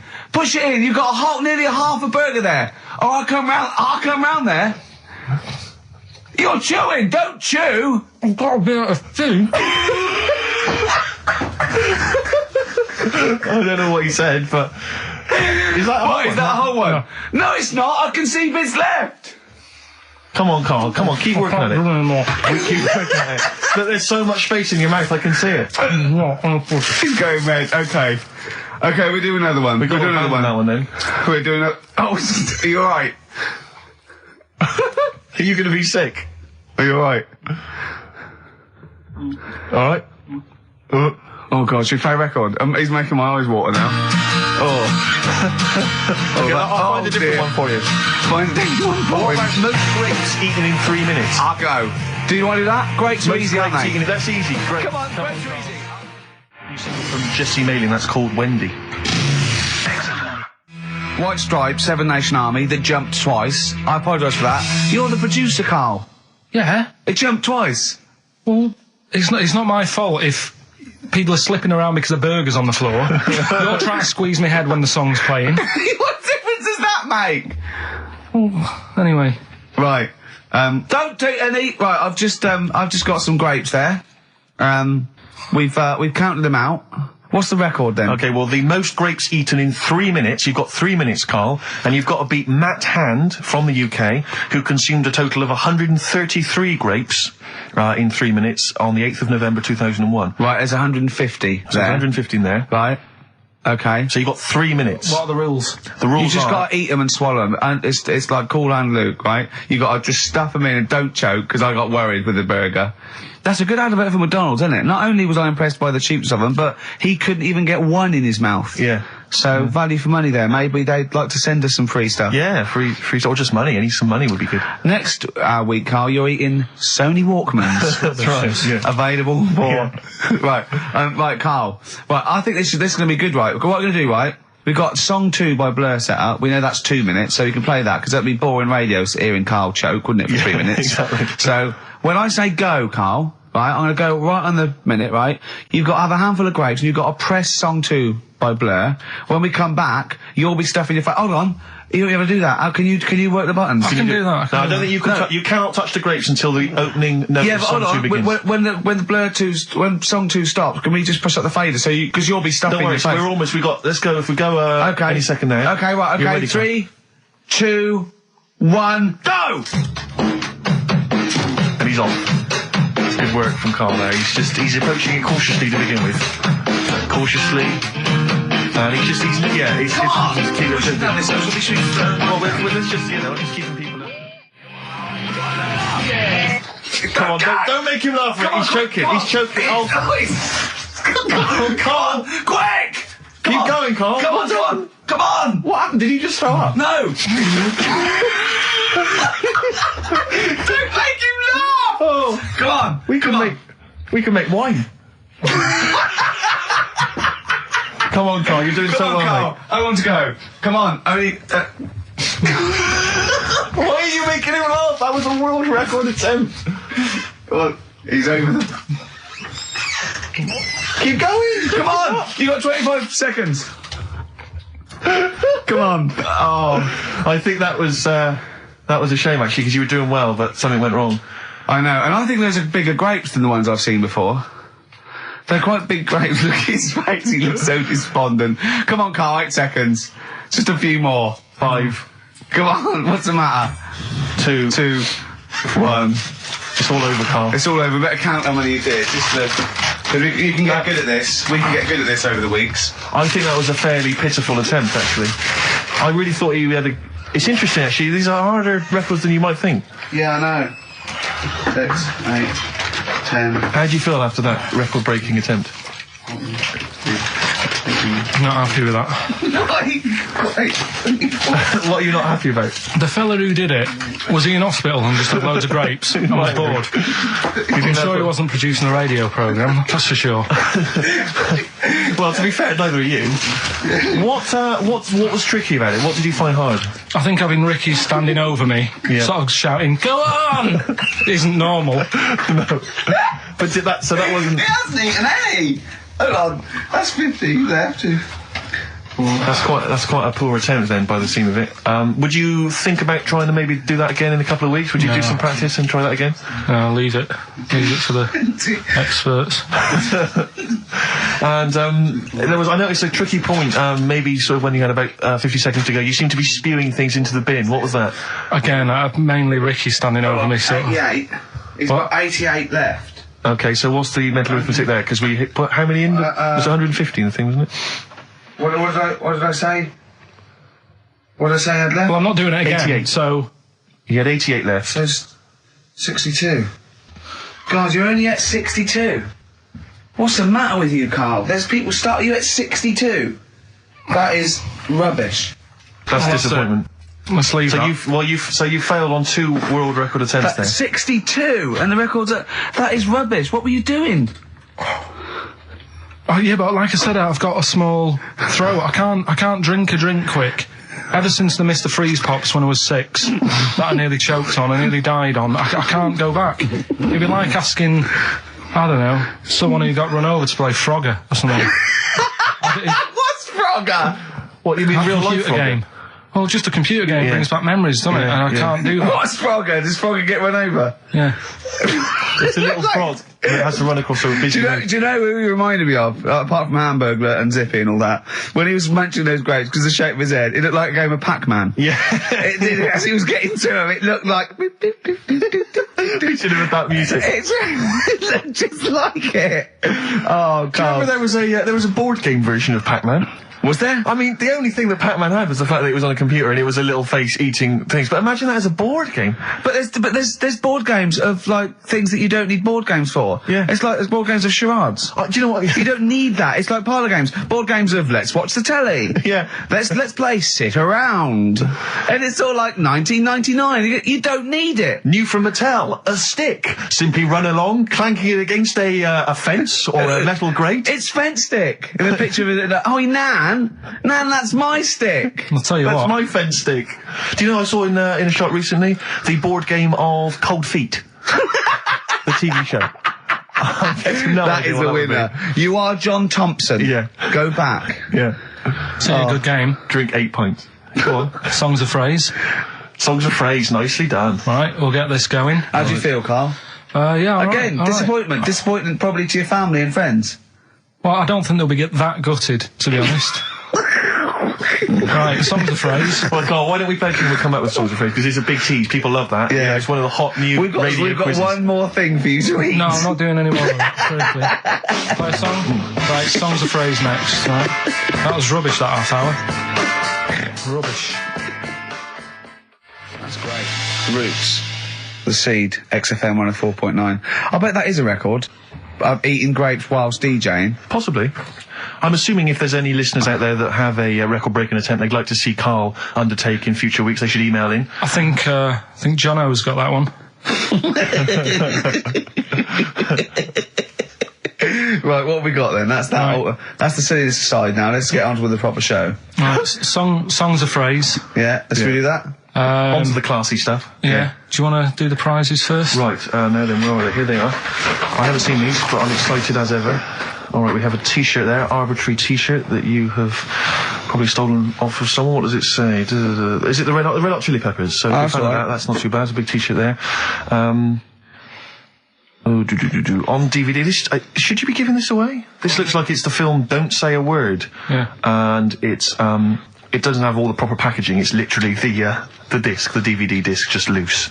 So enjoy that. The current album from Oasis, Heathen Chemistry, DVD, on DVD, The Life of Mammals, the complete series, the David Attenborough recent DVD, that. Walking with Cavemen, which I think is a DVD, it's currently on TV, isn't it? And, Well, there you go. and Not also bad. the X-List, which is a good new compilation, double CD compilation from XFM with loads of stuff on there, including Nerd, Snoop Doggy Dogg, Athlete, all sorts. Go on then, Carl. So not bad, actually. Some good Nice stuff. one. Well Right, done. so, yeah, it's a phrase that's been said at some point, or said a lot on the show. We've had, like, Hairy Chinese Kid. We went back to, my mum had wind for 5 minutes and that. Today we're looking at, my neighbour had a horse in a house. Right? Yep. If you remember, we were talking about that probably about a year and a half ago now. Yeah. Yeah, of course, Right. people. Of course, we remember. They've been talking about it ever since, Carl. I imagine. Yeah. Well, so, it's famous. It's a world famous phrase. My neighbour had a horse in her house. right, so this is, this week's Songs of Phrase, and what I've done is I've got songs with those words in that make up that sentence. Yeah. You get to email in ricky.gervais@xfm.co.uk. There's 6 different songs, right? You email in with what? I don't what know. would There it- is 6. Me neighbour had horse in house. Is it really that sentence? My neighbour had a horse in her house. It does work. Honestly, it works. Yeah. Okay. Don't bother explaining it. You Just ready? play it. Right, Yeah. so here's the. Here it is. We're just going to do it. Right. What in God's name was that? Yeah. Name the 6 songs.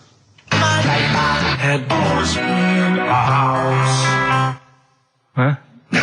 Are we naming the artists or the songs? Either. Artist. Anyone who gets anything can get a prize. What's Jeez. more, Carl? Artist. Here we go.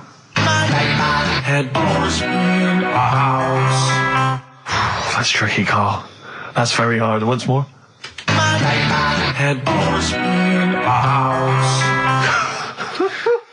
Email in ricky.gervais@xfm.co.uk. I'll give it. Another letdown. Another It's letdown. brilliant. This. No.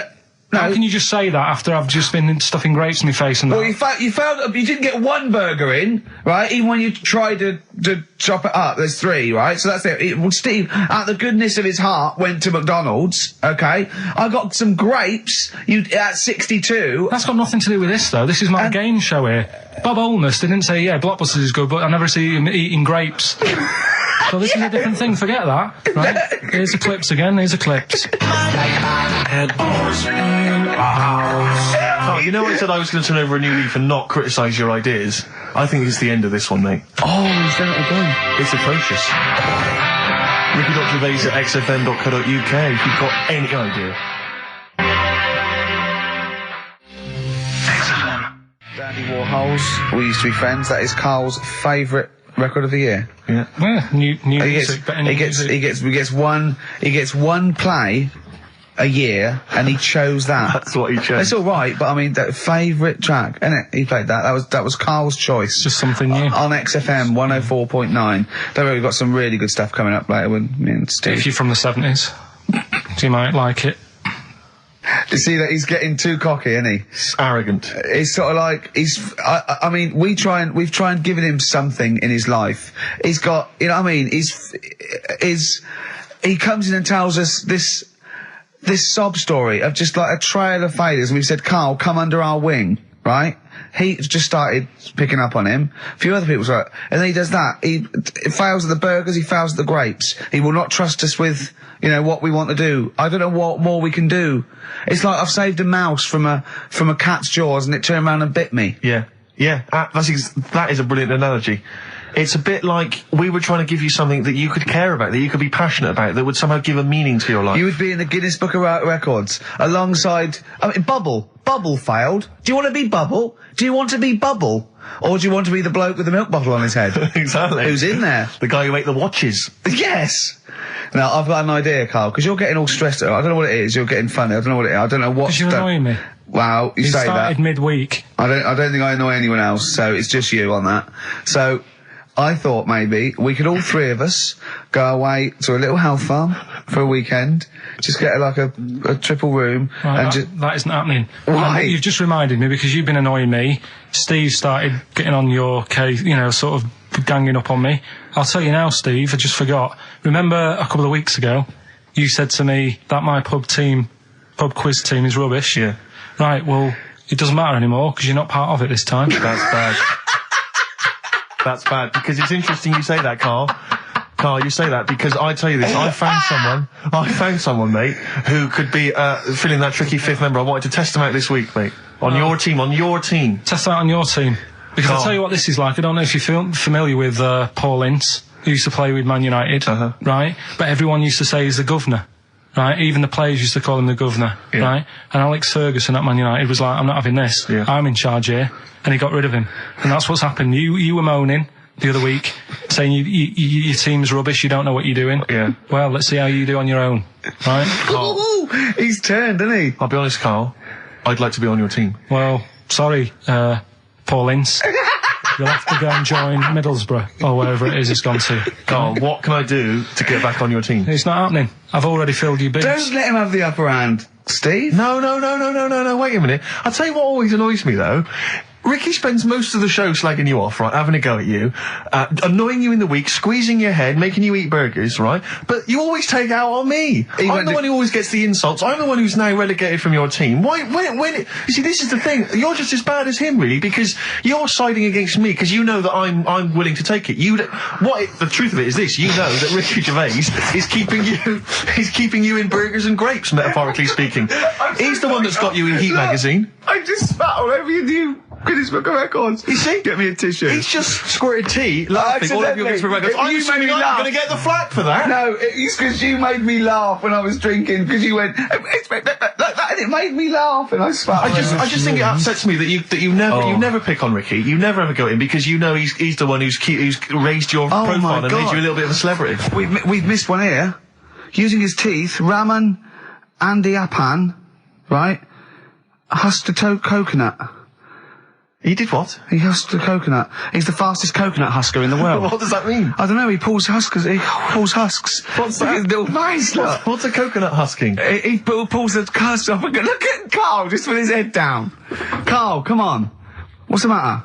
Does that cost me 20 quid? I know, well, I'd see you alright. I've tea all over the world's smallest man. Why have they stood him next to the world's biggest man? Right, I'm in a bad mood now. Oh, dear. So you haven't got a team? Steve, I'll sort you out. Come to me. I'll sort you out. Seriously, no, I found someone who would help you win this week, Karl, and I was going to tell you about it, and now... Steve, you can be on my team this week, and I know something about the quiz that Karl doesn't know. So... I'll tell you, I just think that it's so ungrateful. Whatever. So ungrateful. Right, Songs of Phrase, just give it a couple more plays. Just email in, we'll pick a winner soon. Ricky.gervais@xfm.co.uk. Well, this is rubbish this week. No one knows it because it's rubbish. Steve was right. There's 6 songs there, so if you know what they are, just... That's the end of that, I think. That's the end of Songs of Phrase. Email in. I think. We've got none there. No. That's the last week for that. Okay, well, why didn't he give us some monkey news? Is it monkey news time? Come on, monkey news. We'll play a song and we'll... No, do monkey news. Let's play a song. Oh, it's a great track. Cheer up, Karl. Waiting for an Alibi with Thin Lizzy. What year? Doesn't have to be new. It's brilliant. What year was it out? Oh, Einstein wasn't new when he came up with the greatest theory ever. Oh, hold on. Hey, hold on. You're not new. You're not new. Waiting for an Alibi by Thin Lizzy on XFM 104.9. Right. Okay. This is. With all the trauma in the world. I thought we'd come on a little bit, and he's just brought it right down. Little mank twat whinges. No, but I mean, do you know what I mean? He's had a go at you. He's thrown you off his team. I'm devastated by that. That was the one thing I was looking forward to this week. To be fair, you were looking forward to telling him you were taking over the team, so it's sort of poetic justice. It has blown up in your face, to be fair. True, I was trying to squeeze him out of his own company. Yeah, you were going to try and get him out of his team. Yeah, well, it was a hostile takeover, and they clubbed together. To be honest with you, there's normally 3 regulars on his team. I'd got 2 of them on my side, one of which is his girlfriend. So I only had to work on him to try and get him to resign, and we'd have been away. Still, you know, we should give the prizes away. Yeah, well, this has been dreadful. This thing. We started off well with him trying to force burgers in his mouth, and then he come up with this tat. I mean, this is the end of this, because it's. I mean, it was shoddy to start with. No little Dio couple. Well, this is not only. Well, I'm just saying. This is what I was saying in the pub yesterday when you try to be sick on my leg. I was saying, come up with new ideas if you don't like them, but you diss them on air. Well, it's just disappointing, isn't it? And right. What's that? I was disappointed when I was choking before.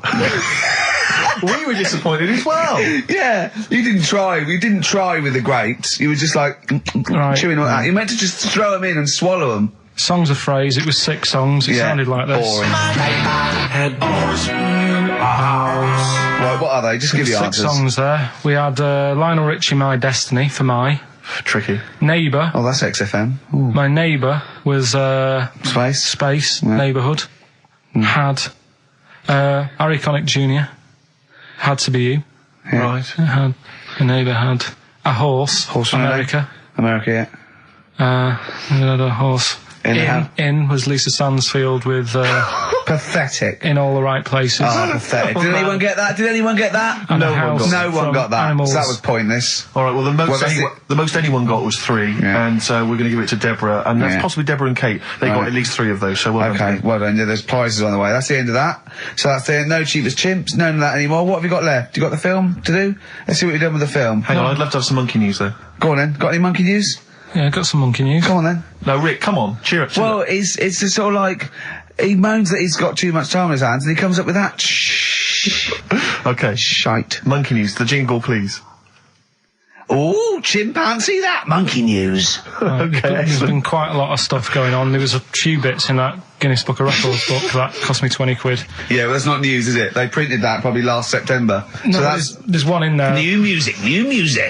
New monkey news from last September.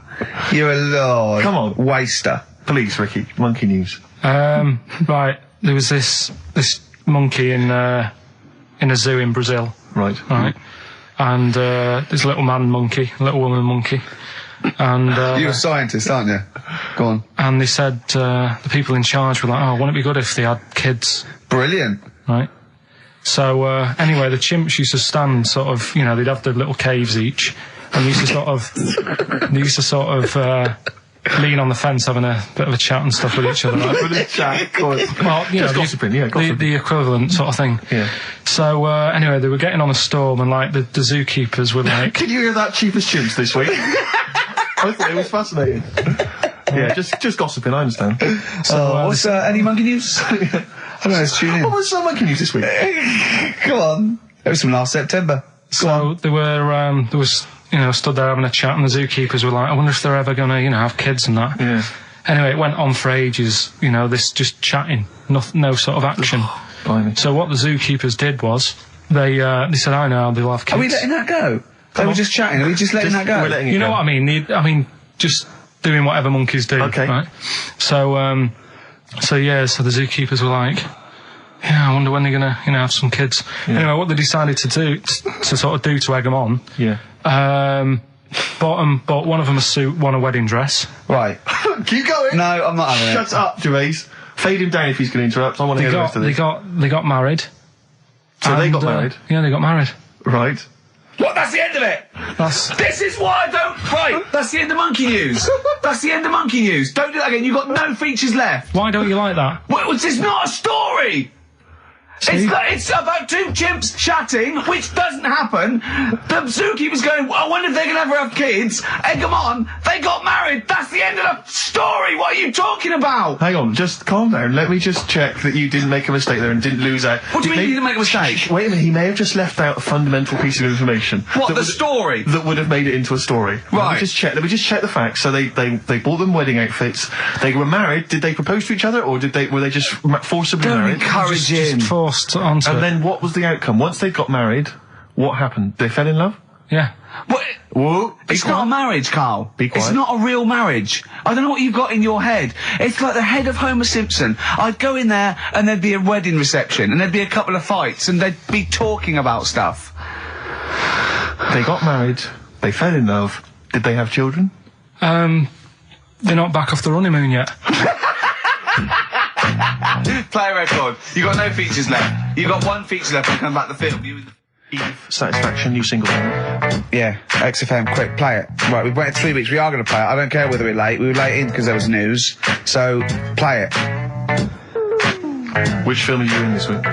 Looking at Silence of the Lambs. Right, play it. Just play it. Have we got a question? Well, No, come on, who the question cares? after. Who cares? Should Karl carry on? Play it.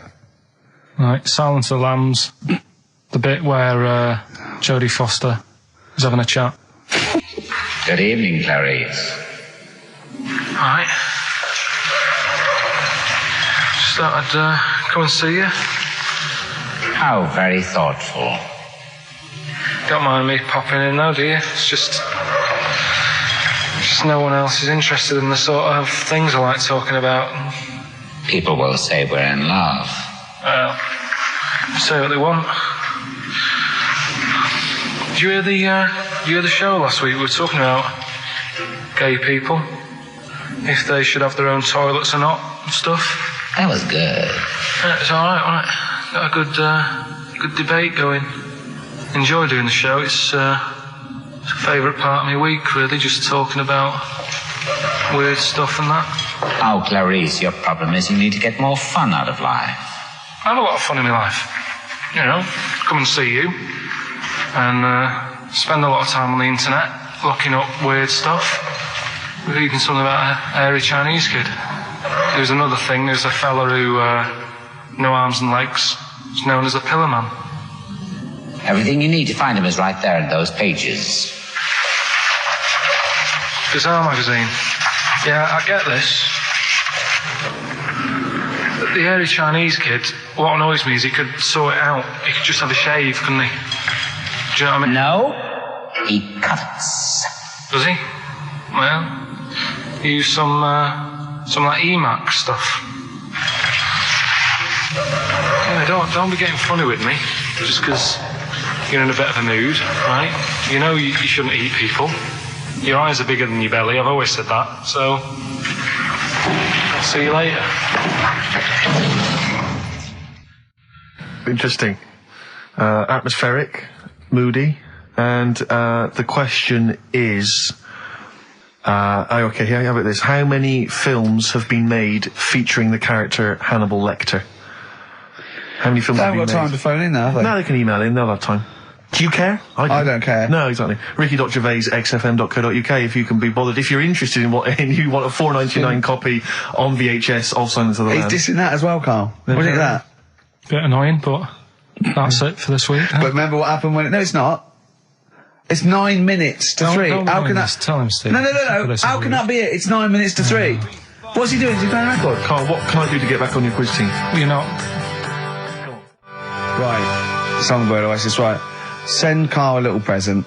Send him some essential oils or something, or, a little lavender pillow, or just a little message. Send him a little message.